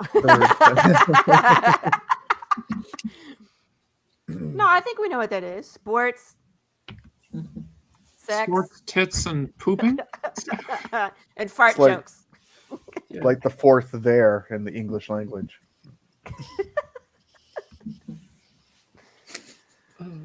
Oh. I love just ducking out when it looks, bleak. And you're like, this conversation's going nowhere. Peace. He just leaves. Cat, save us. Well, then we would, at least Allie and I would outnumber Tanner. We would You be got to like, have like "Tanner, smoke bombs, like ninjas. Fun. Just on. I am Batman. I don't really want to talk about smoke right now. After 2 nights in a row, the stupid smoke detectors went off here, and no. it takes the fire department to turn them off. Why? Because it's a closed system that basically everything goes through the fire department. So they have to come out here, verify there's no fire, and then turn it off. So both nights, it basically meant that I spent over a half hour outside in the cold because somebody burned their chicken. And they make you leave the building even when they know it's not a fire. You still have No, to I go went outside. outside the building to try to get away from the noise. Bye. Later. Thanks for coming on the Brew. Go back my comic. It's live right now, people. I need your Right help. now. I want It's a comic. trying to get to I only have so much 70% money. today. 70, 70%. 70. We're at 66. It's only 4%. We can get He's there. being so modest. She better be at 100%, or else the making of a savage right here. End of the day. It's gonna happen. I will. If you don't come back my project today, I'm gonna send Tanner to your house. I'm just gonna say, in a You guys don't thong. want that. it till she can pay me to drop back. Like a Wolverine or a rabid badger. Just No, he's gonna dress up in a thong and just come sing the Peanut Butter Jelly Time song and follow you around to work. Do you like the jelly shark song? Ha it's coming. But Baby Shark, you're gonna just follow people around singing Baby Shark. We got lots of cool stuff though. We have a metal cover available this time. That one's really taken off.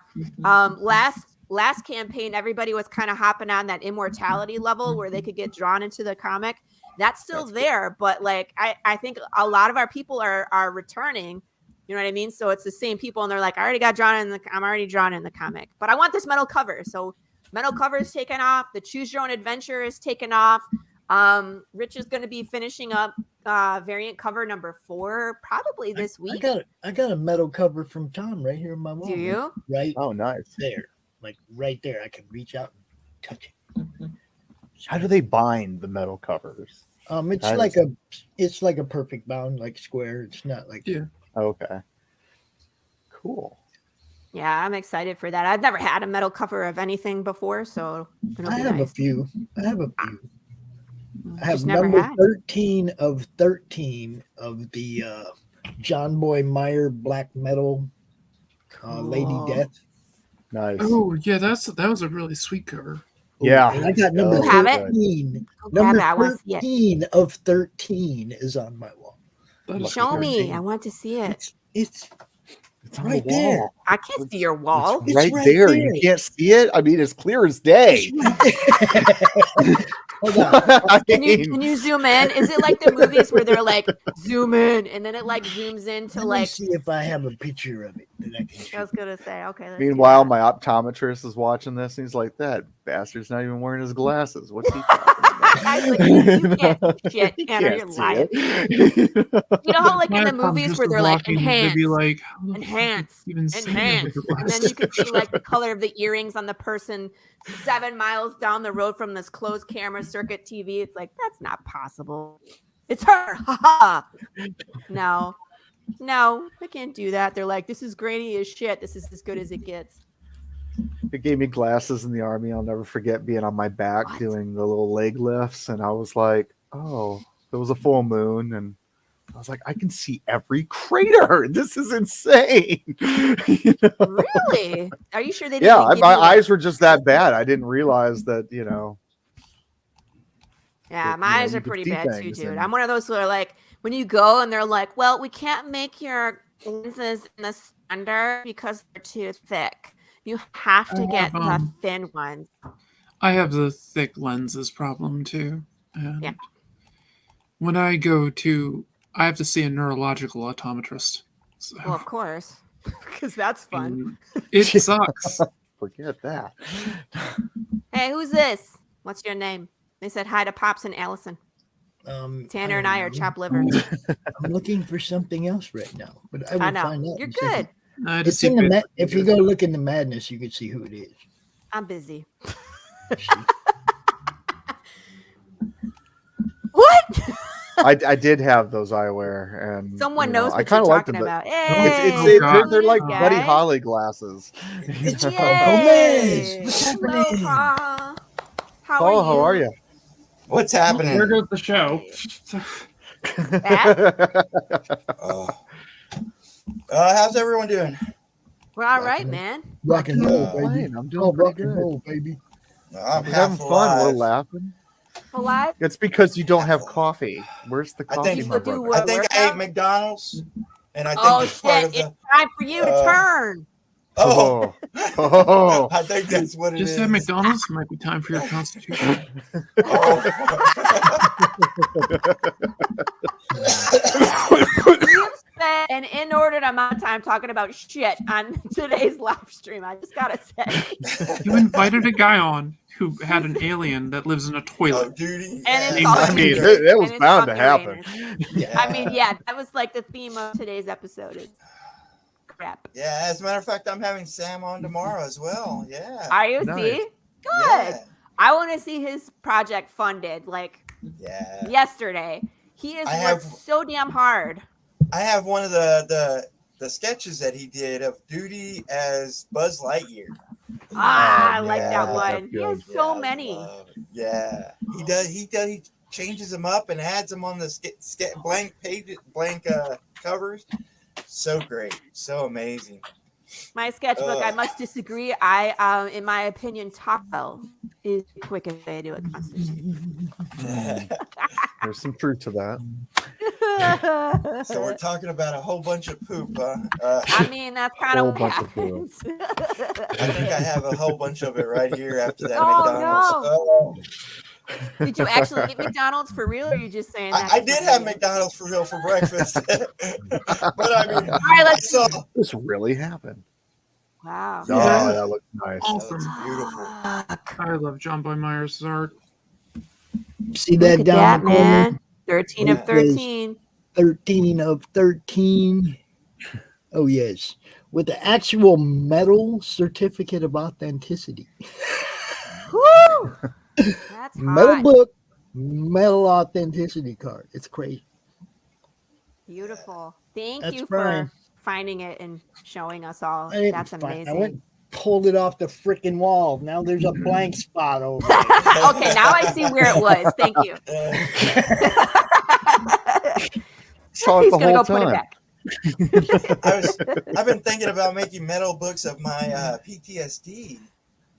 I've seen Yeah? some of these metal books, man. They look beautiful, and I I was like, cannot wait. yeah. I was just like, I'm so excited. You know what I mean? I'm so excited. Every time like the comics show up, you know what I mean? Like they're like the first one was the worst because it was like your delivery has been delayed. And I was like, no, you know, where it's like I need them. So they came like 2 days late and I was just like pacing the front door. Like anytime someone was by there, I'd be like looking out the window, like, is that it? It's not it. I can't see So it. the funny thing about mine was I got ash cans done first. I Really? got ash cans of PTSD and Bushibu. It was a flip ash can, and they came to my house, and my kids just tore in and was, I mean, going crazy whenever they came out. Cool.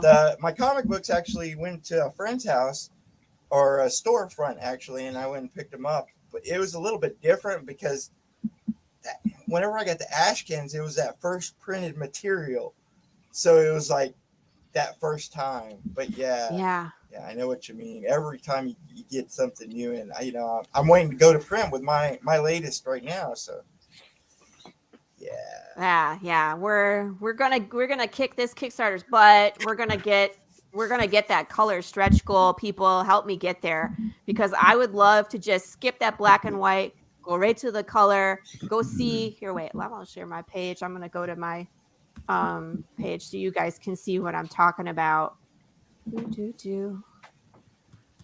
Sorry, I must do all sorts of scrolling. Sam's page has so much stuff on it. It's amazing. Is it the same person doing the inks and pencils that's going to do the coloring, or is it Yes. someone else? Yeah. No, it's all Marco DeFillo, and he's amazing. I mean, you'll see. So, I mean, it's Timothy Flynn. That's who it is. Let me show you. So, okay, so here's what the first issue was in black and white. Hi, This Timothy. splash page. Can you see it? It would help if I freaking added There the you go. stream. Blah blah, Yeah, people. right Sorry. there. All right. So this page with the was just so amazing. This splash page. But when we get down to here, look at the difference. You see what I mean? Yeah. Like, so far superior. Yeah, I like the color on that. I hope He Cindy just makes does- one of those. It's unique. Yeah, his I color, hope his Cindy color makes one of palette. those. I hope Cindy makes one of those crocheted Undead Bears. Undead bears. This campaign's singularity pop, which someone already got, by the way. So I've been talking with the Itsy sculptor, and he's working on the on the Funko Pop for Big James, and it's already looking really cool. You know, Jim O'Reilly's a sculptor. No, I didn't know that. Yes. Yeah. Jim O'Reilly O'Reilly, can you didn't sculpt tell too. me that you Yes. sculpted. He's Yes. really good too. Yes, he's very, very good. He did a Mojo. And Max, was it Max or Pitt? I can't remember. One of them two. I always get them two mixed up. Here's Rich's cover. That's I can't wait crazy to see color. this one in color. Yeah. It's gonna That's pop. gonna look nice. That is Professor Richness. Yeah, I mean, can I just tell you? So when we were talking about this cover, he called me and he was like, okay, tell me what you want. So we had this like 15-minute conversation. I was like sending him reference pictures from the comic and reference pictures I had kind of pulled off online just to give him a visual, idea of what I was looking for. And he was like talking and sketching and like cracking jokes and, oh, look at these. He's like, there's Dwayne Fink, and then behind him we're going to put two twin little people prostitutes. And I was just like, oh my God, Rich. He's like, and then this guy's here, and he can't believe what he's seeing, and oh my God, and it's just like, okay. But it was just like the most chaotic creative session I have had. But look at it. I mean, he did this in less than a day, because he had sketched it and then penciled it and sent it to me within like 2 hours. And I was just like in awe. I was just like, that's so amazing. He inked it in like 2 hours, sent it to me like, here's an update. I was like, oh my God. So Yeah, I get so jealous of how quickly he inks. He's so precise. so good at it. He came out on our launch party and was inking the traditional one on the stream, which means it was like 2:00 in the morning. I was like, dear Rich, I love you. And he's like, thank you so much for your support. The song of your people, Pops. I know. The pack is calling. I wanted you to howl again. That was cool. I So always anyway, thought of you as kind of a lone wolf, Pops. this A color's man who been doesn't taken run off with too. the pack. Are you doing metal covers? Yes, we're gonna do metal cover. Let's go look. We got 4 metal covers ordered. So it's a metal cover of the A cover, which is Marco's cover, of course, which is this guy. That's gonna look sick. Yeah, it's gonna with look all those nice. colors. And then we'll send you a regular standard cover A signed, so you can keep that one. The digital issue and you'll get a keychain made by myself, which is going to be a real nice aluminum and leather stamped with a bunch of skulls on it. It's going to be a lot of fun. So, Skulls are cool. I mean, yeah, but it's kind of like where we live. It's like skulls and undeath and heartbeats. Anything that talks about living. Potato peelers. I'm in Georgia, so I just seem weird, with my obsession with all things Day of the Dead. I mean, you're not alone. Remember, I was talking about how I play bunco with a bunch of like suburban wives, and I'm just like, look what I'm doing, and they're like, you're weird. I had to move all the decor, and it only it stays in like my office area. I mean, what you're seeing is like the military appreciation side, but then we look around. And you're like, I hide all the other stuff.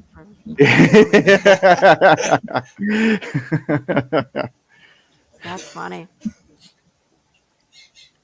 Keep going back and forth on the website. I'm like, do I want skulls? Yeah, skulls would be great. And I'm like, no, you're not trying to scare everyone off. The answer is yes. Get your skulls, people. Like for a few hours this morning, I had the Apothic Press site edited, and it had like the catacombs that has the wall of skulls. Yeah, its background looked like that. I was like, yes, Apothic Press. And then the business side of me was like, oh, well. Oh, no, might scare people away. No, pull the trigger. Put it up there. That's the crowd you're looking for. We will come. Well, that's the thing. It is, but it's like one part of the crowd. So I'm like, man, I also do sci-fi and fantasy. So how do I mix it all together? A dragon skull. Like put like 3-part picture: skulls, space, whatever else you decide. Fill in the blank. I don't know. You know a bunch of artists. I'm sure someone can help you figure it out. Yeah, that's true too. What else is going on? I'm waiting for somebody to, or for people to start submitting Madness Entertainment Group LLC logos. I choose not to compete with the professional artists. I'm just gonna put that out there. I know how to stay in my lane, which is writing. It's not going to be me. It's not going to be me alone that decides. It's going to be up to the whole. Also, the whole not competing with the professional artists. Did I mention that? I don't care. Anybody can submit. That's great. If you want to submit, please do. I am not a graphic designer, and I'm debating on submitting. So yeah, but you are a comic book artist. Yeah, but I'm not a graphic designer. Hey, the guy who won the Madness Comic Network logo was a tattoo artist. There's a certain word you said right there, which was artist. Artist. Yeah. But I've seen you do logos. Yeah. Underlying word of the day. Busted. Yeah, that's true. The underlying word of the day for tattoo artists is versatile. That's a unique canvas you got to work on to be able to do that. That's all I'm saying. I showed my art to about 10 people, and all 10 of them said, try something else. Oh, no. You're like, and that's the day I became a writer. Yeah.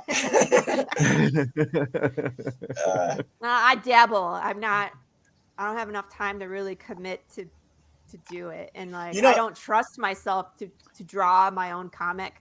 The funny thing about it is 10 years and I'd still be touching the damn thing up. I'll draw whenever I'm doing my script, kind of outline it and show my artist what I'm kind of thinking while my script's being written out. But it's not good at all. And I know this. What do you guys think of this one? I like that. Who did that? A lot. And that one. Who did that last one? And that one. Christie? That's all Manny Soto. And this was the one he did like way back in the day. And he's like just keeps leveling up on his crom art. Nice. He's like, I don't have anything to do today. Let's draw crom. I love this is like warm-up sketch. I love that a lot. That's awesome. Cool. We actually got crom in the background of Ren. This is when he's old and powerful. He's not mischievous anymore. He's gonna be kicking ass when he gets when his hair turns green. It's all over, people. I'm just saying. No. I want to see him with this green. I am dedicated to hiding Crom in every issue that comes Really? out of my specific books. Yeah. So I love that. We've already got him in Rim. Pops has seen it. Yeah. And every time I turned around, Q's adding Crom to one of his drawings. You know, it's like Crom took on a life of his own, and that's because that's because of a contest we had. I just wanted a logo for the group. The logo had this little green dude in it. The logo that won had this little green dude in it. He took on a life of his own. You know, we just trying to keep up with all the shit going on here. Bless you, Paul. Oh. Didn't have to have your sound on. I could tell. Oh, I'm starting to turn. I'm telling you. That's what happens when you eat the McDonald's. Space We've meat. all had it. So that would actually be a really great explanation.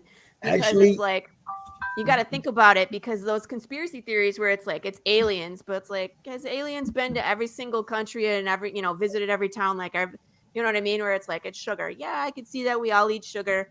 Like, diet makes great sense, but not everybody eats the same stuff. So how would it affect everybody the entire eats population? McDonald's. Everybody eats Even vegans love McDonald's because it's not real meat. You can still eat the French fries. Sure.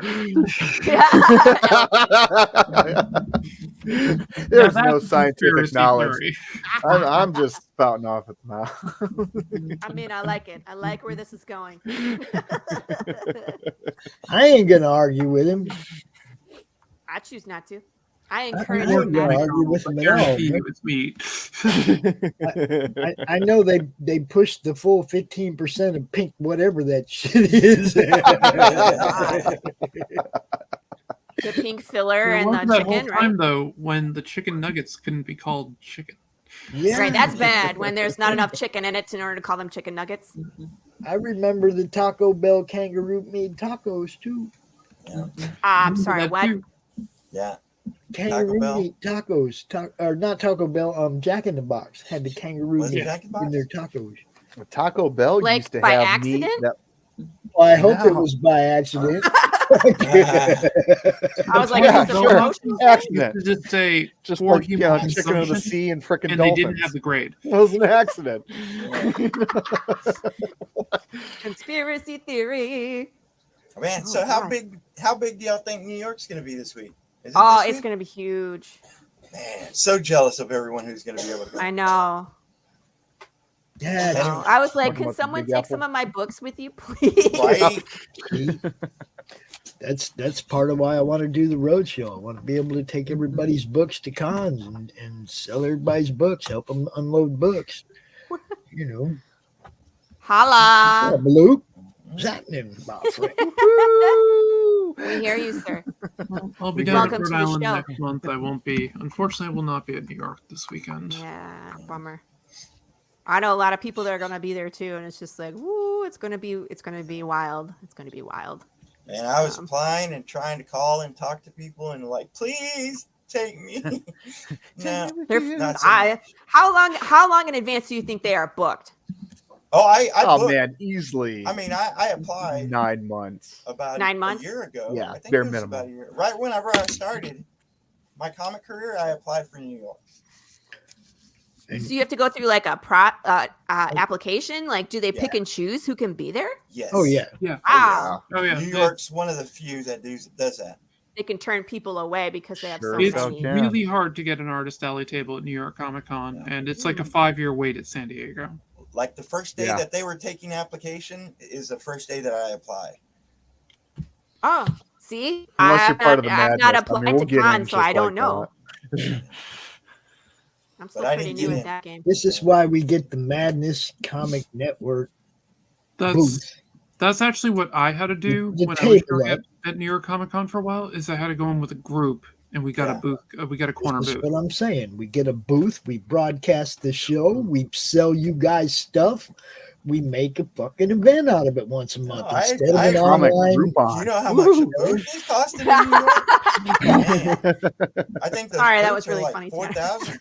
Yeah, well, I ain't worried you. about it this year, but after we've done this for a couple years, man, and we have the following to pull it off, hell yeah, we're going to bigger cons.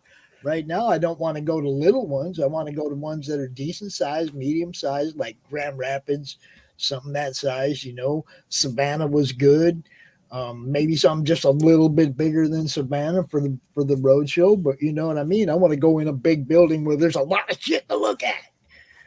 You know, and I'd recommend Boston or Rhode Island if you can get over here, because we were thinking about Baltimore because Baltimore's huge. Yeah, that's a big And con. there's tons in Texas, tons of them in Texas. I know. Oh my We're God, definitely yeah. going to Texas this summer. I next mean, summer, everything's fall. We're bigger in definitely Texas. going.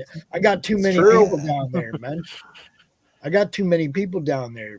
Andrew, Gabriel, Paul, Laurie, fucking Sam.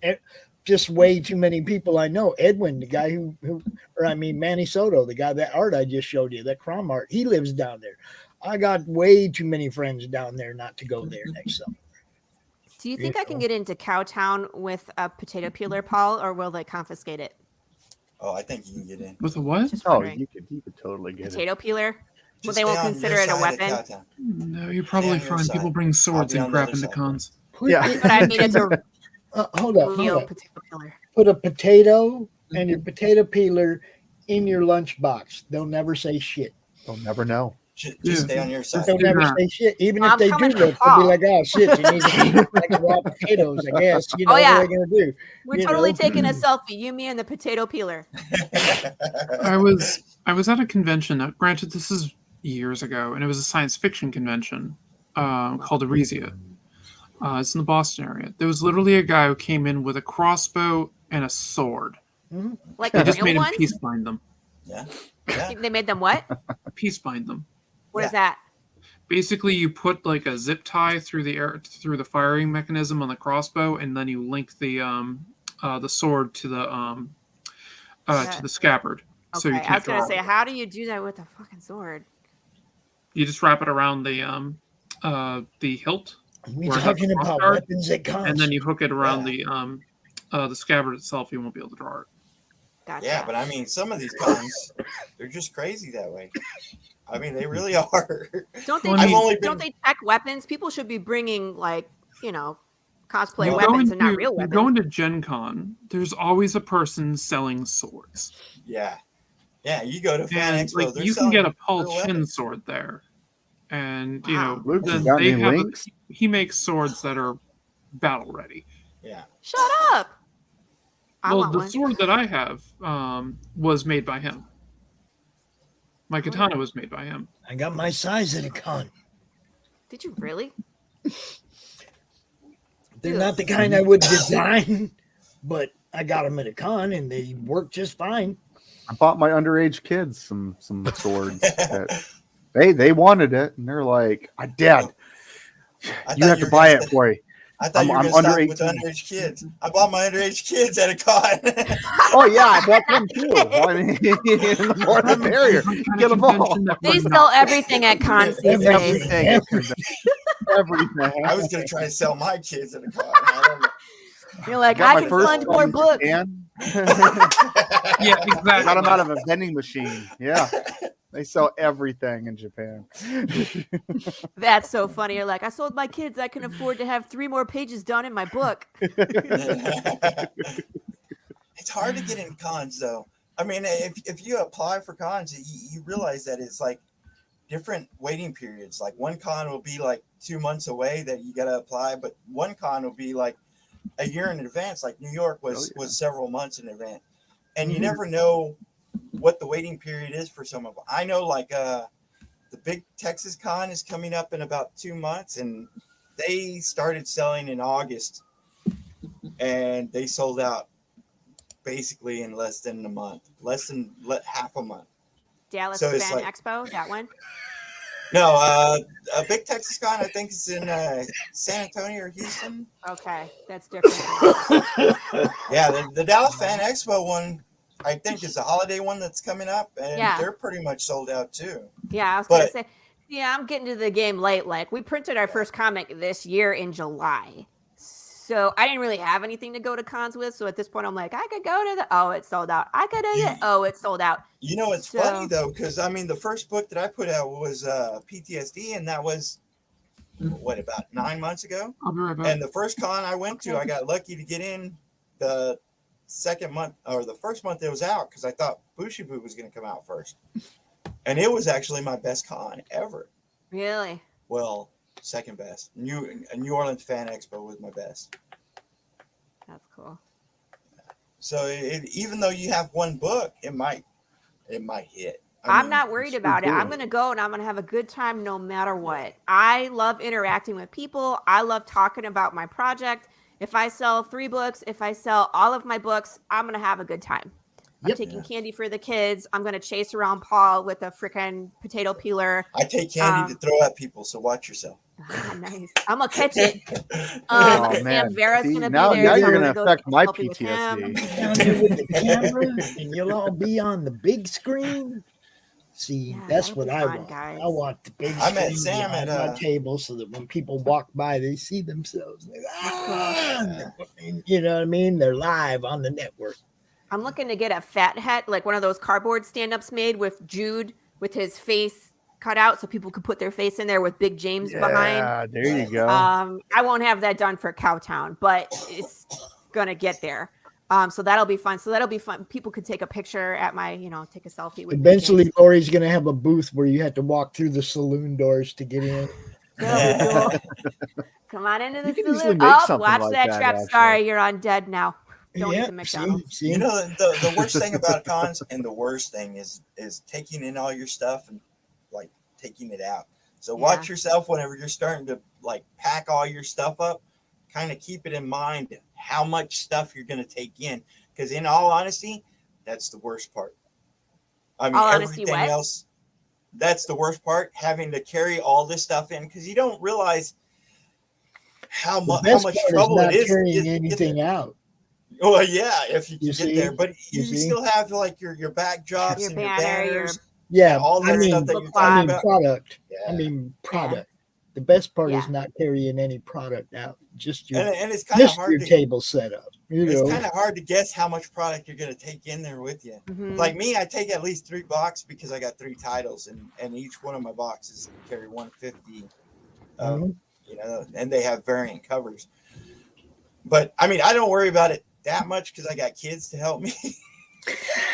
But it's still the worst part. I tell you the truth. I'm gonna get me Bought one of him at those the con, like didn't rolly, you? I did. rolly carts. Yeah, where I can pile everything on and like bungee cord it so it doesn't fall off and like roll it. That's my plan. Buy a very, very good cart, because let me tell you, everybody that goes has carts, and I'm still telling you, you'll understand it after. Chris has a big ass cart and it don't carry near happy shit. Well, Chris also does tabletop games. Yeah, he's got tabletop games. I mean, That's like you have 2 of those, and I'm like, I'm full. I was like, I'll go out and get some more of your shit, and he's like, nah, fuck it. Like if we sell more, I'll go get more. One of those. Like, what's up? I have 2 carts for lugging things around at cons. Granted, at this point, I need somebody else to lug them because I have to lug myself. Yeah. But yeah, that's really the worst part. Usually in a wheelchair. So adding all that stuff up. I mean, it's great to have all these extra stuff because I have like my poster that I take with me. I got poster of this one in PTSD, and I've got a turn thing where I put my comics in, and I sell some prints as well from one of my artists who does covers. But like I said, I also have 3 boxes of my 3 titles, and it's just adds up. I'm sorry. Can you please explain this? I don't know if that really needs explanation. That's my dude right there. I know. I'm just wondering, like, how big is your cart? And 2, how much vape juice can you fit in this cart? Because I'm gonna come to your table and hang out. He's talking if about. there's a will, there's a way. I will bring muffins.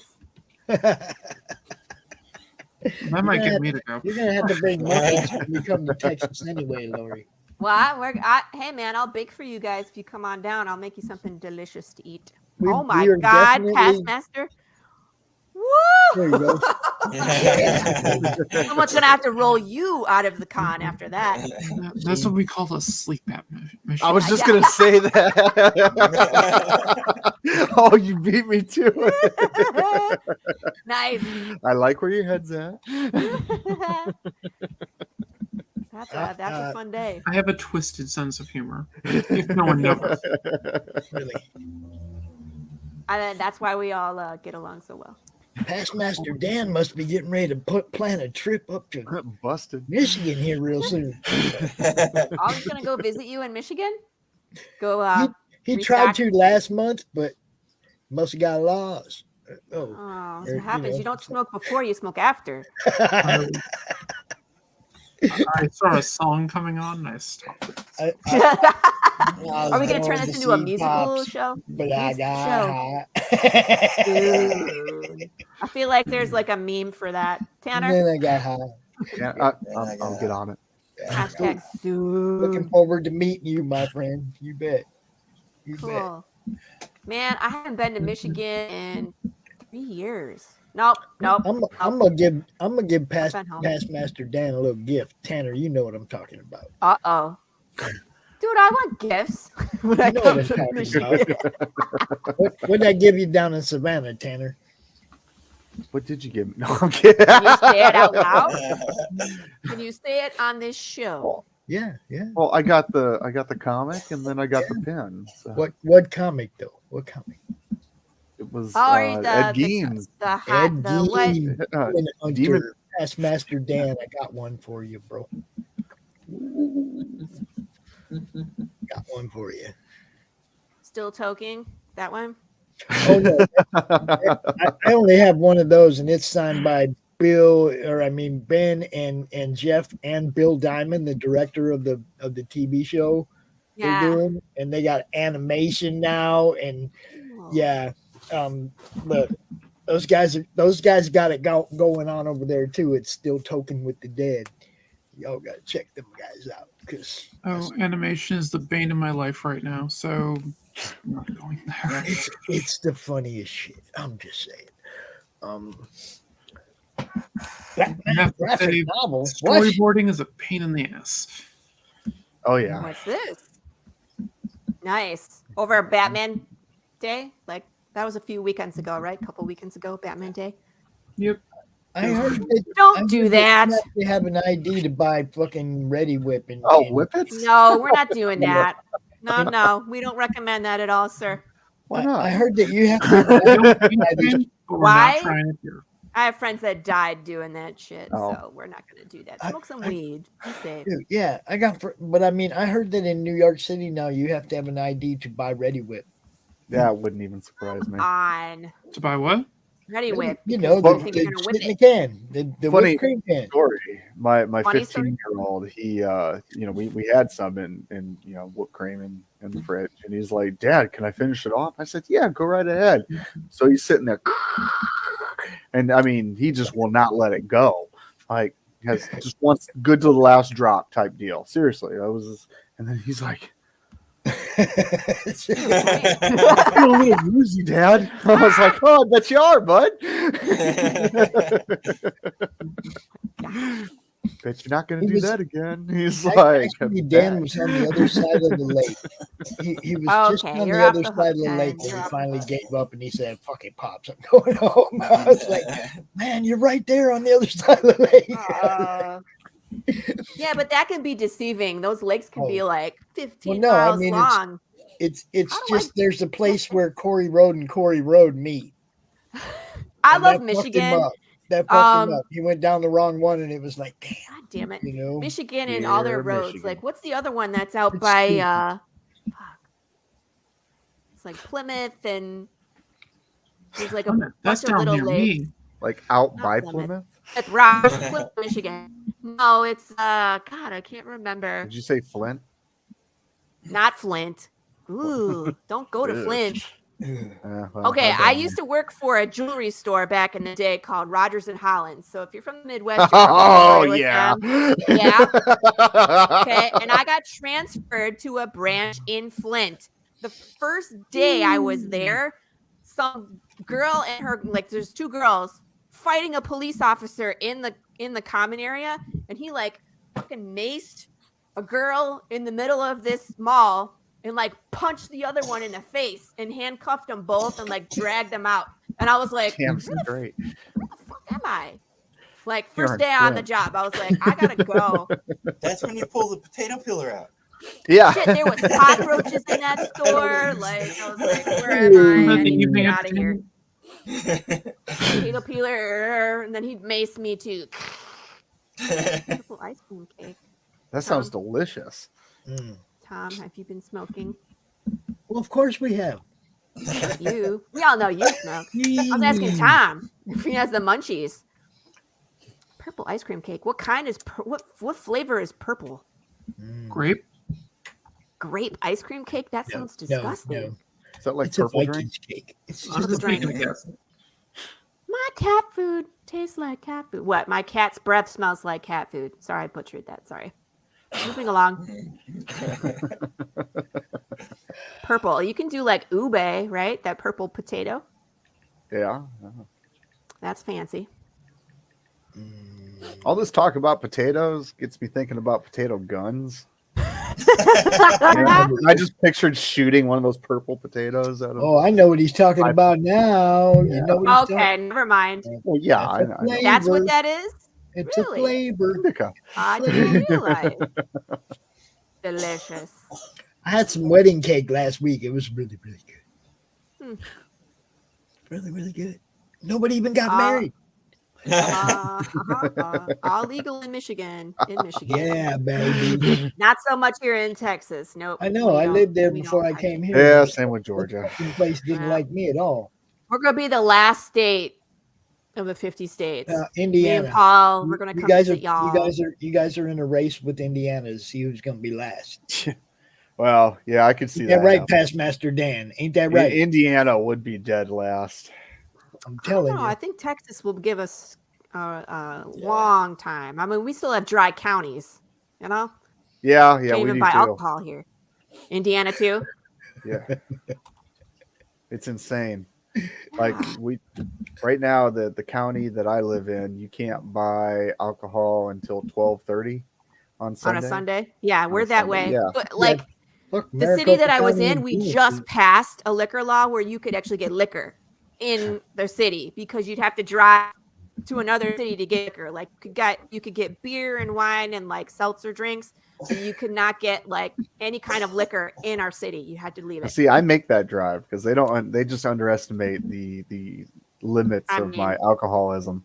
Across the street is technically another city, so we just like drive across. But We used to have to go to another no, state. no, to get and I it. live in a little my place, God. so it's like you could throw a softball and hit Frisco. So Yeah, The man. Blue Laws in It's like the day Massachusetts. that they legalized weed up here. It was like my son and I kind of looked at each other and went, 30 miles north. Let's go. 30 miles north. We get out of Indiana. We'd be in a legal state. Just like that. Poof, poof. welcome to Michigan. Yeah, I used to have to go to New Michigan. Hampshire if I wanted liquor on a Sunday or something like that, and they didn't have it. So you See, couldn't we go used to go to the local store Wisconsin. closed.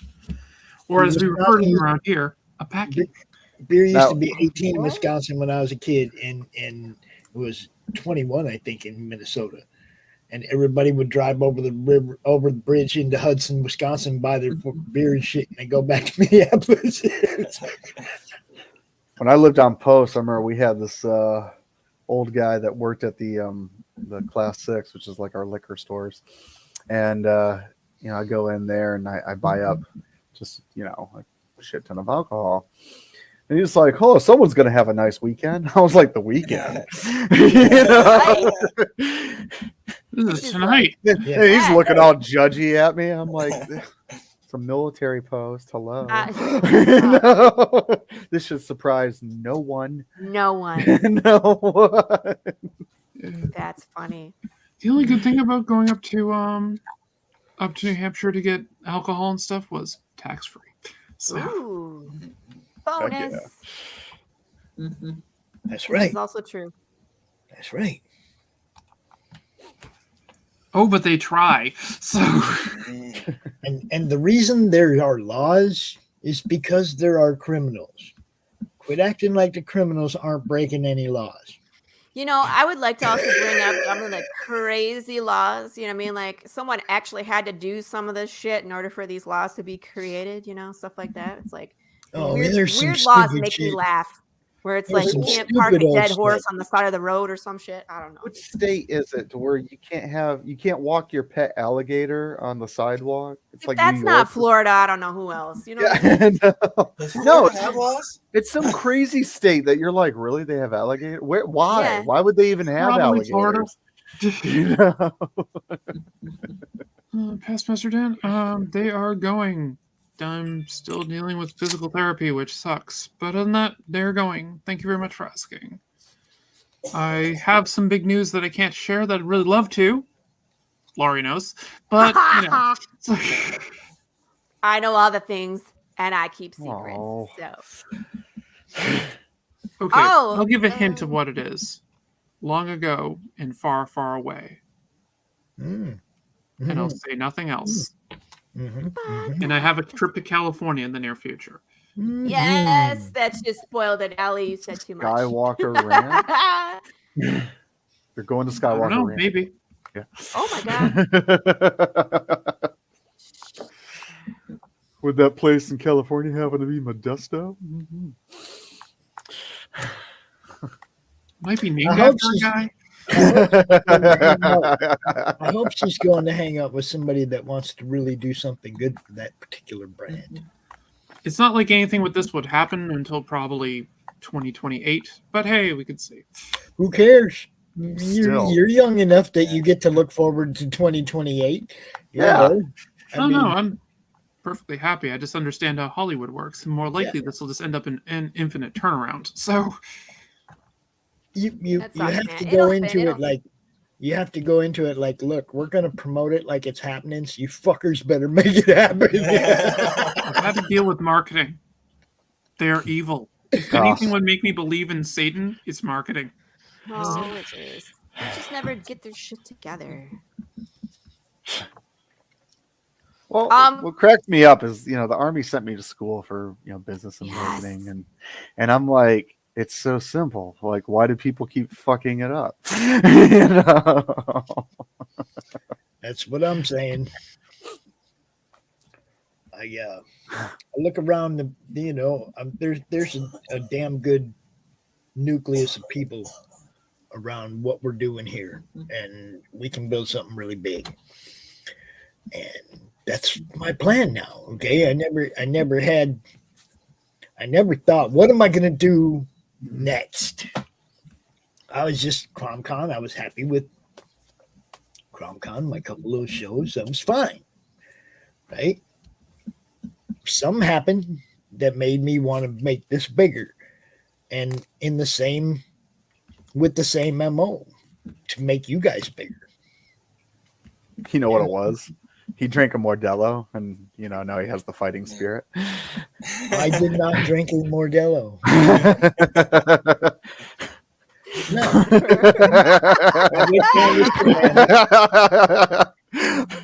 Sorry, that was kind of dad joke-esque, but yeah. I went down We to still enjoy Savannah. dead jokes here on the show. It's cool. I got a little taste of what doing the show live was like. When you guys went to your con. I met Tanner, I met Jason, I met Jeremy. I got a little taste of what doing this show live could be like. And then it was like, okay, how can we help these guys make money? And it just keeps growing from there. Okay. But that's where the base of this comes from. It's like, obviously we can do something with this that can help everybody make money. So that's what I'm going to do. Not stopping.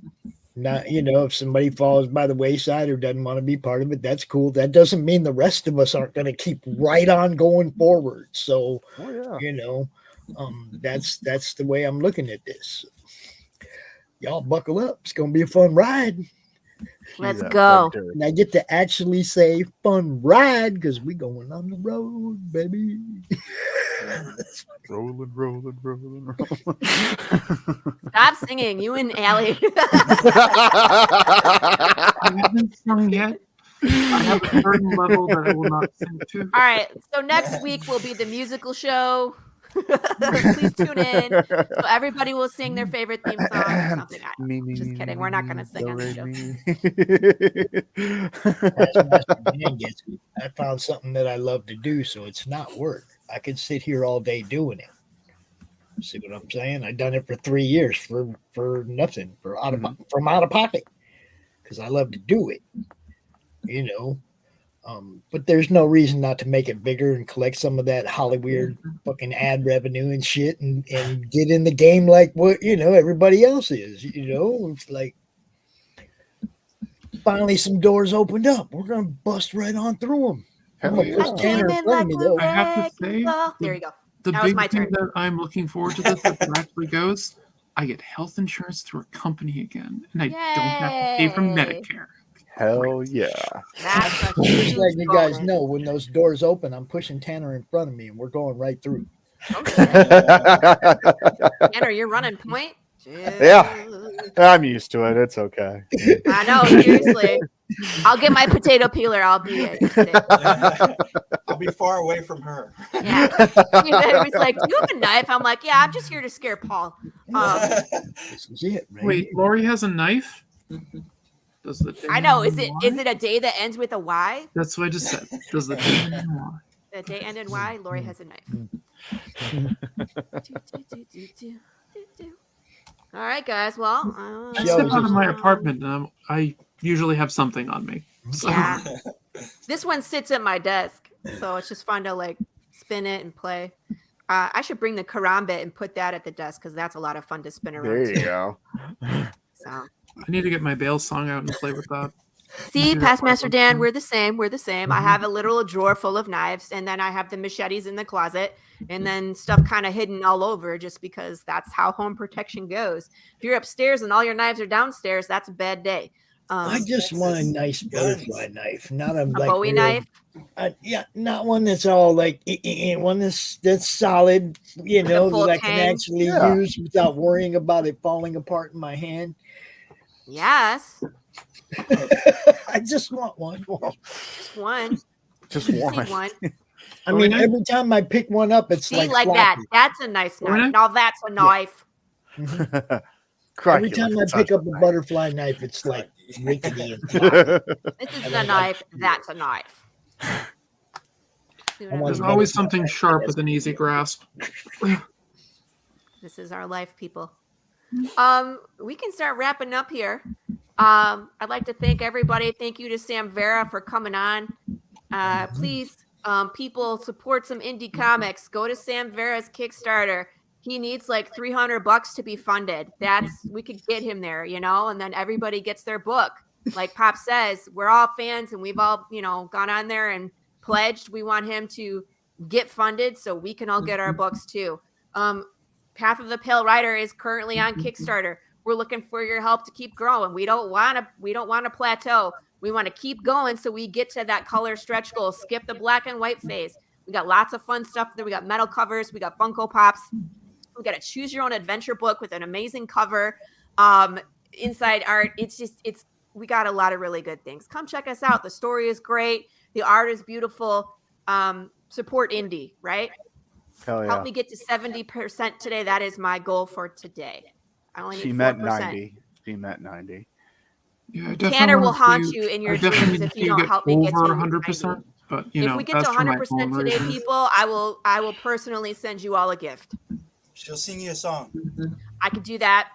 If we get to $12,000, I changed it. I went from watermelons to pumpkins, which makes You get a sense because potato we're going to peeler. end You the get day a before potato peeler. Halloween. So I will stab. Well, that I'm going to do a live reminds me- cut.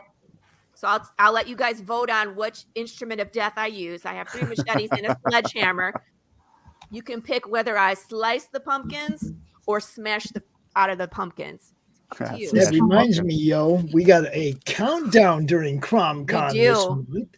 Mine. We will be counting down Path of the Pale Rider during CromCon at 8 o'clock on Sunday night, baby. Yeah, we're gonna have a fun time, and I'll tell you, people, I will do that live cut on Halloween.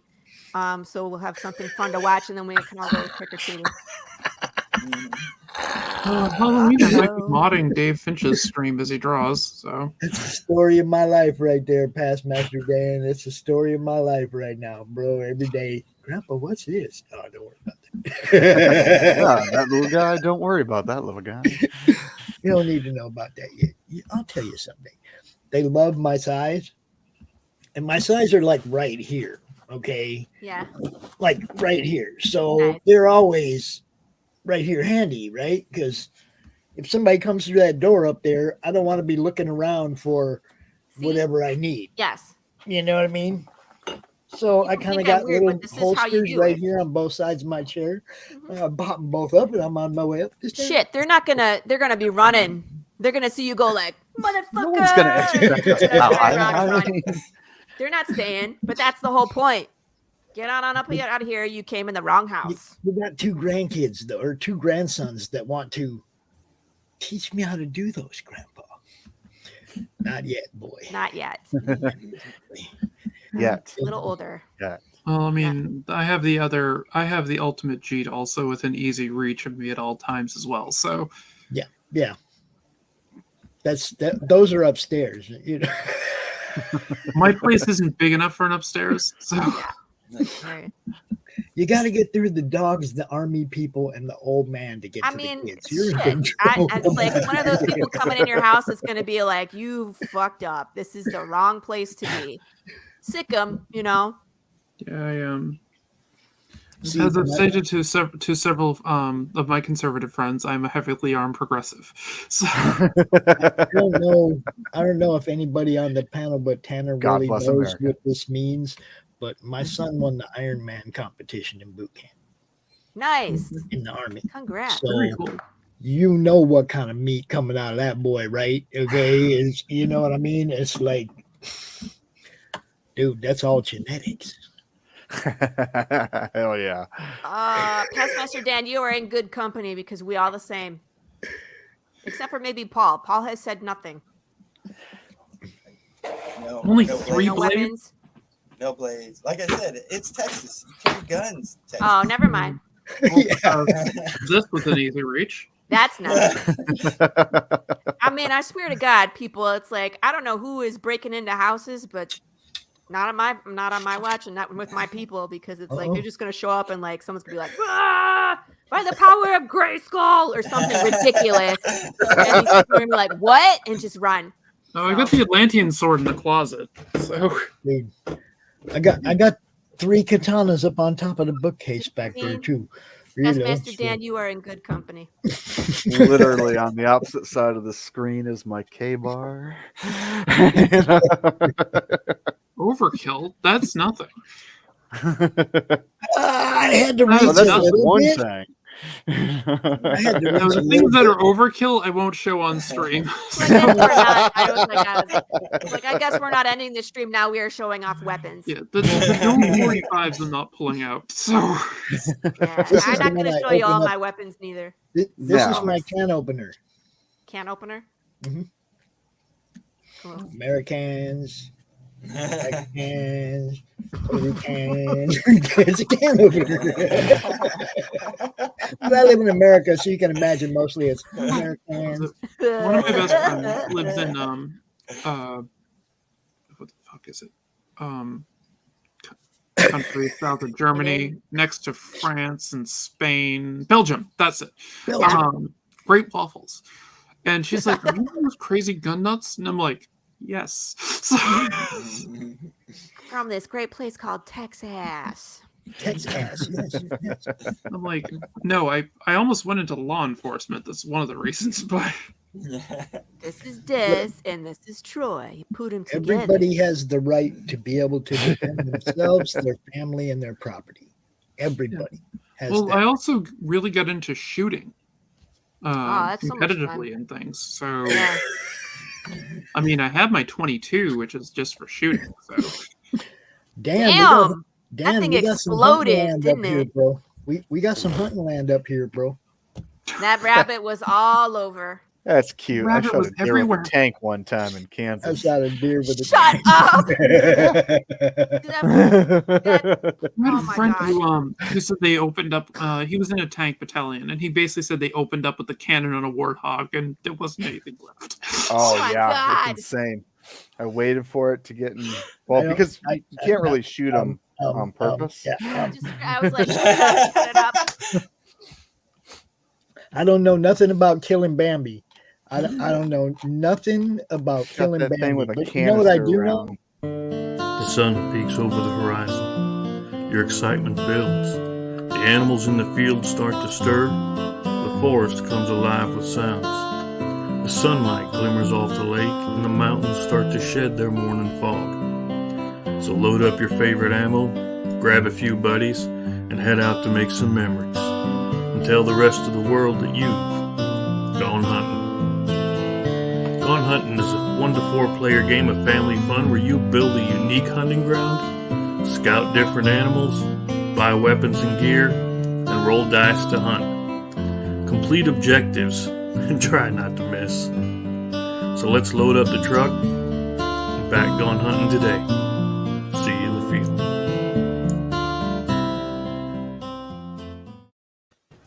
And I can vouch for that. That's a fun ass game to play. You know, you're playing it on Friday? Segue. That was the perfect segue. I don't know what game we're playing Friday night. No, I thought you were playing that last Friday. So Last Friday we played Slaughterville. that was it. Okay, I thought you were playing that for some reason. But Because one of the people who bought Slaughterville wanted Chris to go to demo the carnival section of it. Cool. Because the rules are completely different in the carnival section. It like totally flips everything fucking upside down and shit. So Which makes Chris's sense. games are really good, you guys, and he's more than willing to come out and demo them and help you guys learn to play them and get the most out of them, or learn to run the game so your friends can play whatever. I want to see Big James show up on the board once, just to see That'd the be cool. havoc that ensues. It's so cool. There's a Crom card. There's a Saison card. There's Bushi cards. There's There's a two me different card. cards from Pass of the Pale Rider. Here's me. I'm literally on Yeah. the card. There's a Laurie card. Yeah. The Laurie card will give you more life instead of take it away, which is ironic. Perfect for the final girl. She's going to need that card. Ah. But yeah, those games are all fun, man. Chris puts a lot of thought into them. He makes them interesting, fun to play. And that one right there, man, we need some help on that, man. So Yeah, you guys, the Gone if you would Hunting. It share looks that out, please. You guys that are watching, if you like board games, man, this is the one. This is one that you every single time you play it, it's different. There's no way you're going to get the same forest layout. You're going to be hunting the same trophy.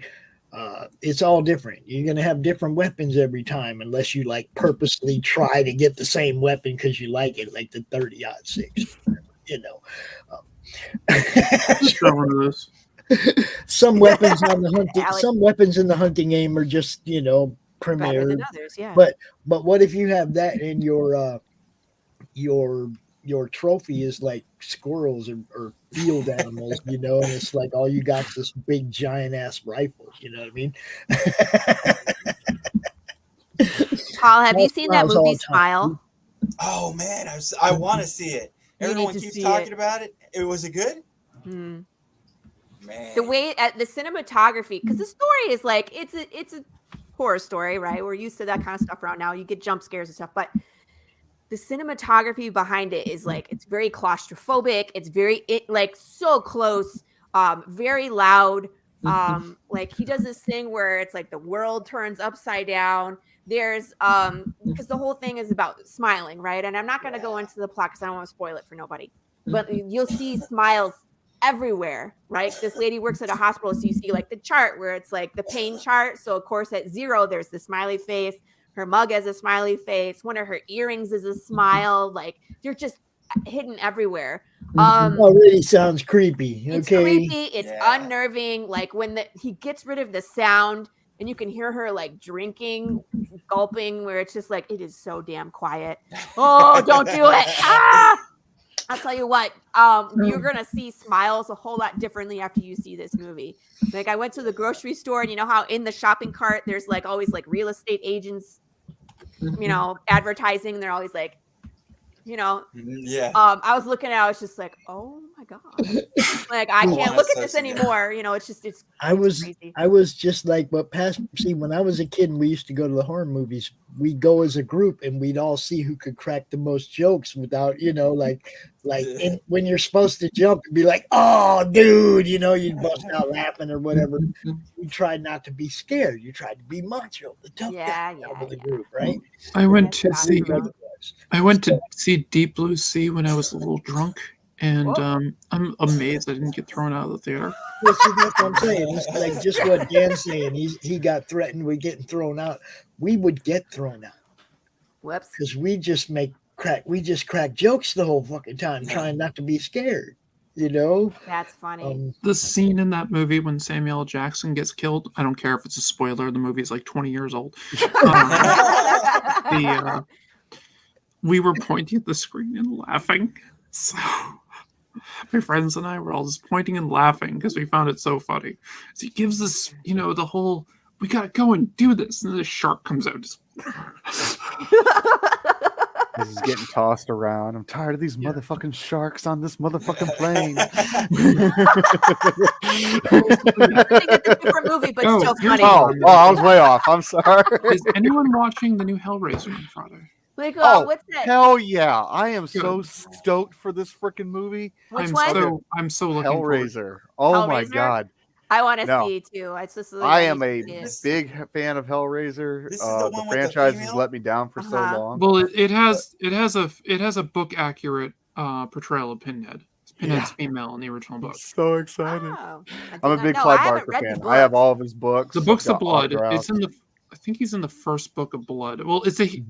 All right, so Pinhead changes gender depending on what book you're reading in the Books of Blood series. Because in the Scarlet Gospels, it's male, but the initial description is definitely female. It's actually compared to a 16-year-old girl. Yeah. Interesting. So I'm interested in this because it's supposed to be more of an adaptation of the Books of Blood. Okay. The Book of Blood storyline, which I forget the name. Hellbound Heart? No, that's not Heart. The Hellbound Heart was, you're right. Different. I thought that was a different story. But I don't remember. But yeah, if that was it. But I've read like all of Barker. So they start to blend together. Yeah. Yeah, they do. Okay, people. I do gotta have I know. I'm like, I love you guys. 2 o'clock, but all right. 20 I want to minutes. thank everybody for coming out and for watching as always. And Laurie, you want to take us out of here? I'll handle all that. All the ads and stuff going out, you guys can go handle business, but you can all right. Well, I will say goodbye to do the rounds for everybody and all that. You know, you go do you say goodbye and tell people where they can find you and what's going on. I'm generally here. I know. On Tuesdays. Well, I know that, but they Sometimes I stream. But that's about it. So. That's worst outro ever. But we love you anyway. Thank you for coming on. We will see you next week. I know I love you. And we look forward to hearing more about your big news when it drops. Yeah, as soon as I can say more about it, than I already have. I know. I was like, you weren't supposed to spoil it, and then you totally spoiled it. So. All right, so come join us next week, people, so maybe we can hear more about what Allie's working on. Oh, you won't be able to hear that for a while, but yeah, we'll see you later. Okay, goodbye. Paul, tell us what you're doing. Tell us where people can find you. Paul Gomez 790. You can go Facebook, Twitter, Instagram. Stream it every Wednesday. Reality of Comics. Sam Vera's coming on tomorrow. That's where I'm at. Right here on the Madness Comic Network. From the shadows. Don't pay attention to the man behind the curtain. Thank you, Paul, for coming on. I look forward to watching your show tomorrow, right? Yep. Yeah, so we can hear more about the realities of publishing comics. All good stuff. I love your show. See you tomorrow. Tanner? I'm Tanner Hurley with Apothic Press. You can find us at www.apothicpress.com. You can find us on Facebook. You can find us on Instagram. You can find us all over social media. We're there, Apothic Press. You can also find me as the co-host on Doc's Coffee Shop every Thursday at 10, right here on the Madness Network. I love it. You're so polished. I'm like, I don't fucking know. All right. I will see you soon. Tune in to see Tanner's show, everybody. And then make sure you come back my project or Tanner's going to show up on your porch wearing a thong with an AK-47. Just kidding. No weapons. It's happening. And a Stetson. Thank you, sir. Thank you. You want to finish that? Sorry, I cut him off. Push the button too quick.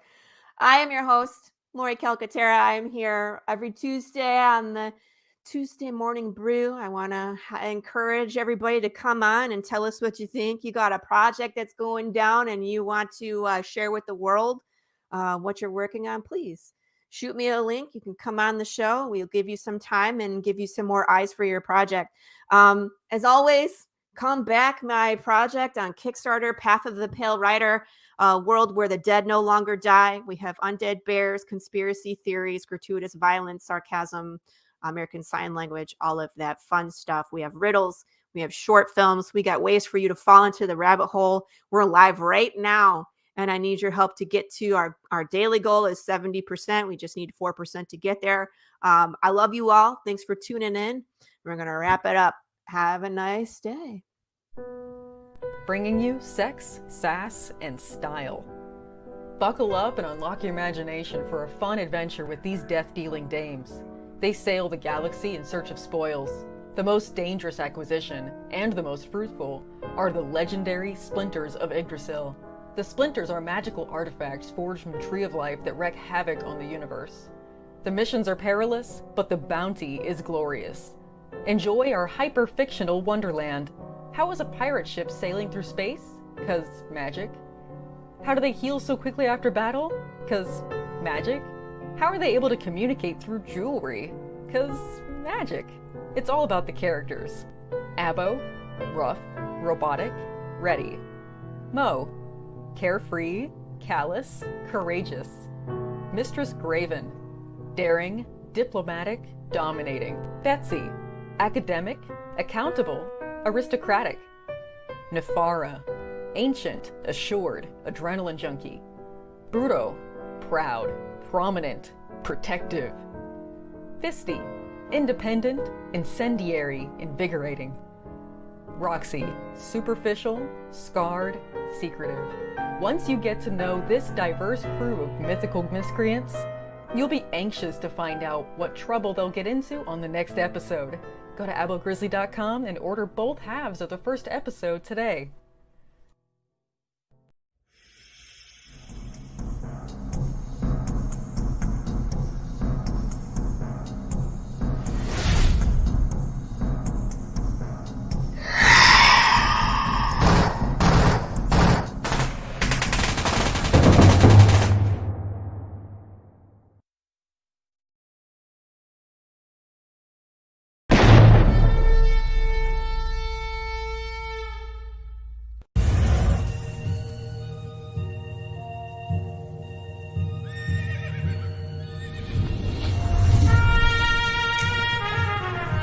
We've all heard the stories. We've all heard the legends. Wyatt Earp, Doc Holliday, Billy the Kid. But there's a secret history to the Old West. One that seems too strange to be true, but, well, we all know what they say about the truth.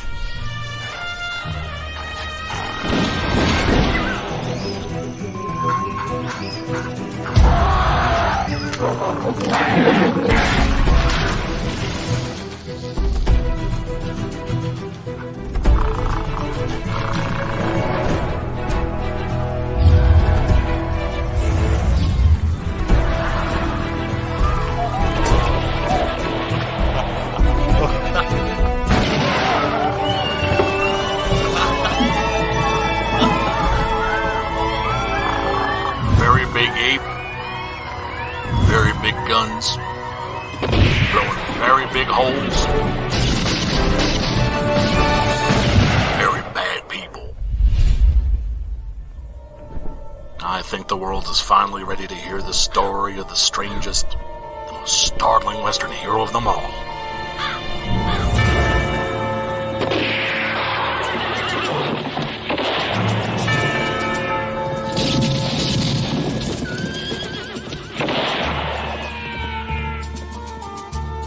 Six-gun guerrilla. Long days of vengeance.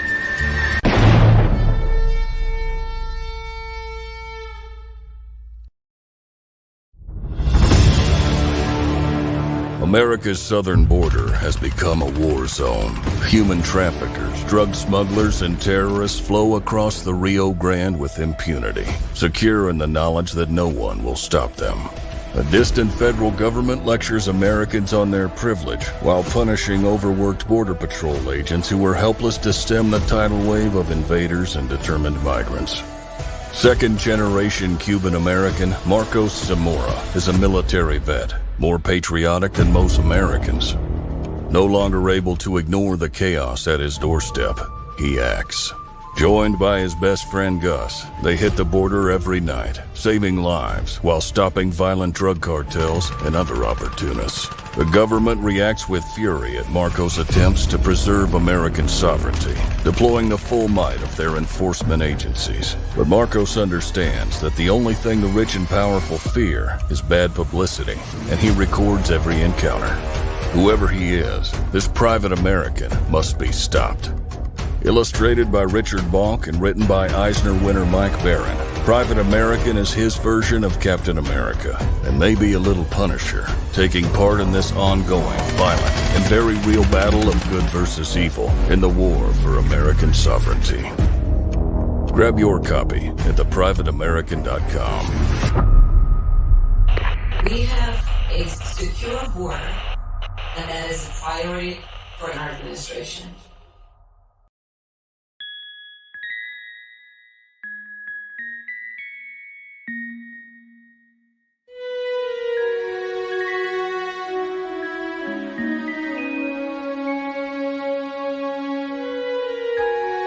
Secrets, trust, worth. The bond between souls intertwined within otherworldly intrigue. Michaela Jade brings forth the Elite Warrior series, a collection of dark fantasy romance novels set in a twisted world where power lusts in the hearts of men and devotion seduces the souls of women.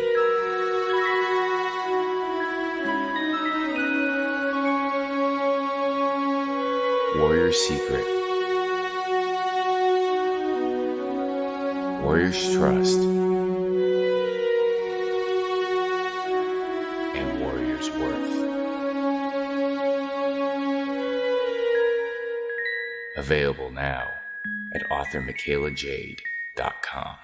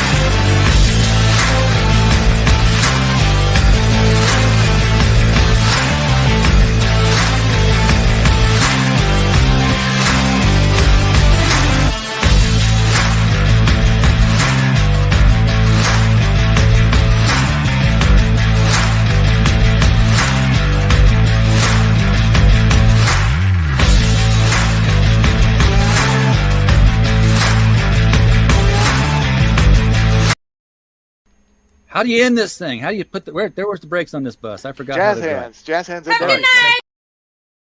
Comic Books for Kids provides comic books to kids in hospitals and cancer centers across the U.S. It's a place where we can all work together to make sure every child has a comic book. 100% of all proceeds go towards the kids. It's about making a difference, and while they're in the hospital, allowing them to fly like a superhero, battle dragons, or rescue teddy bears. We are in every state in the country and now support over 160 hospitals. Every month,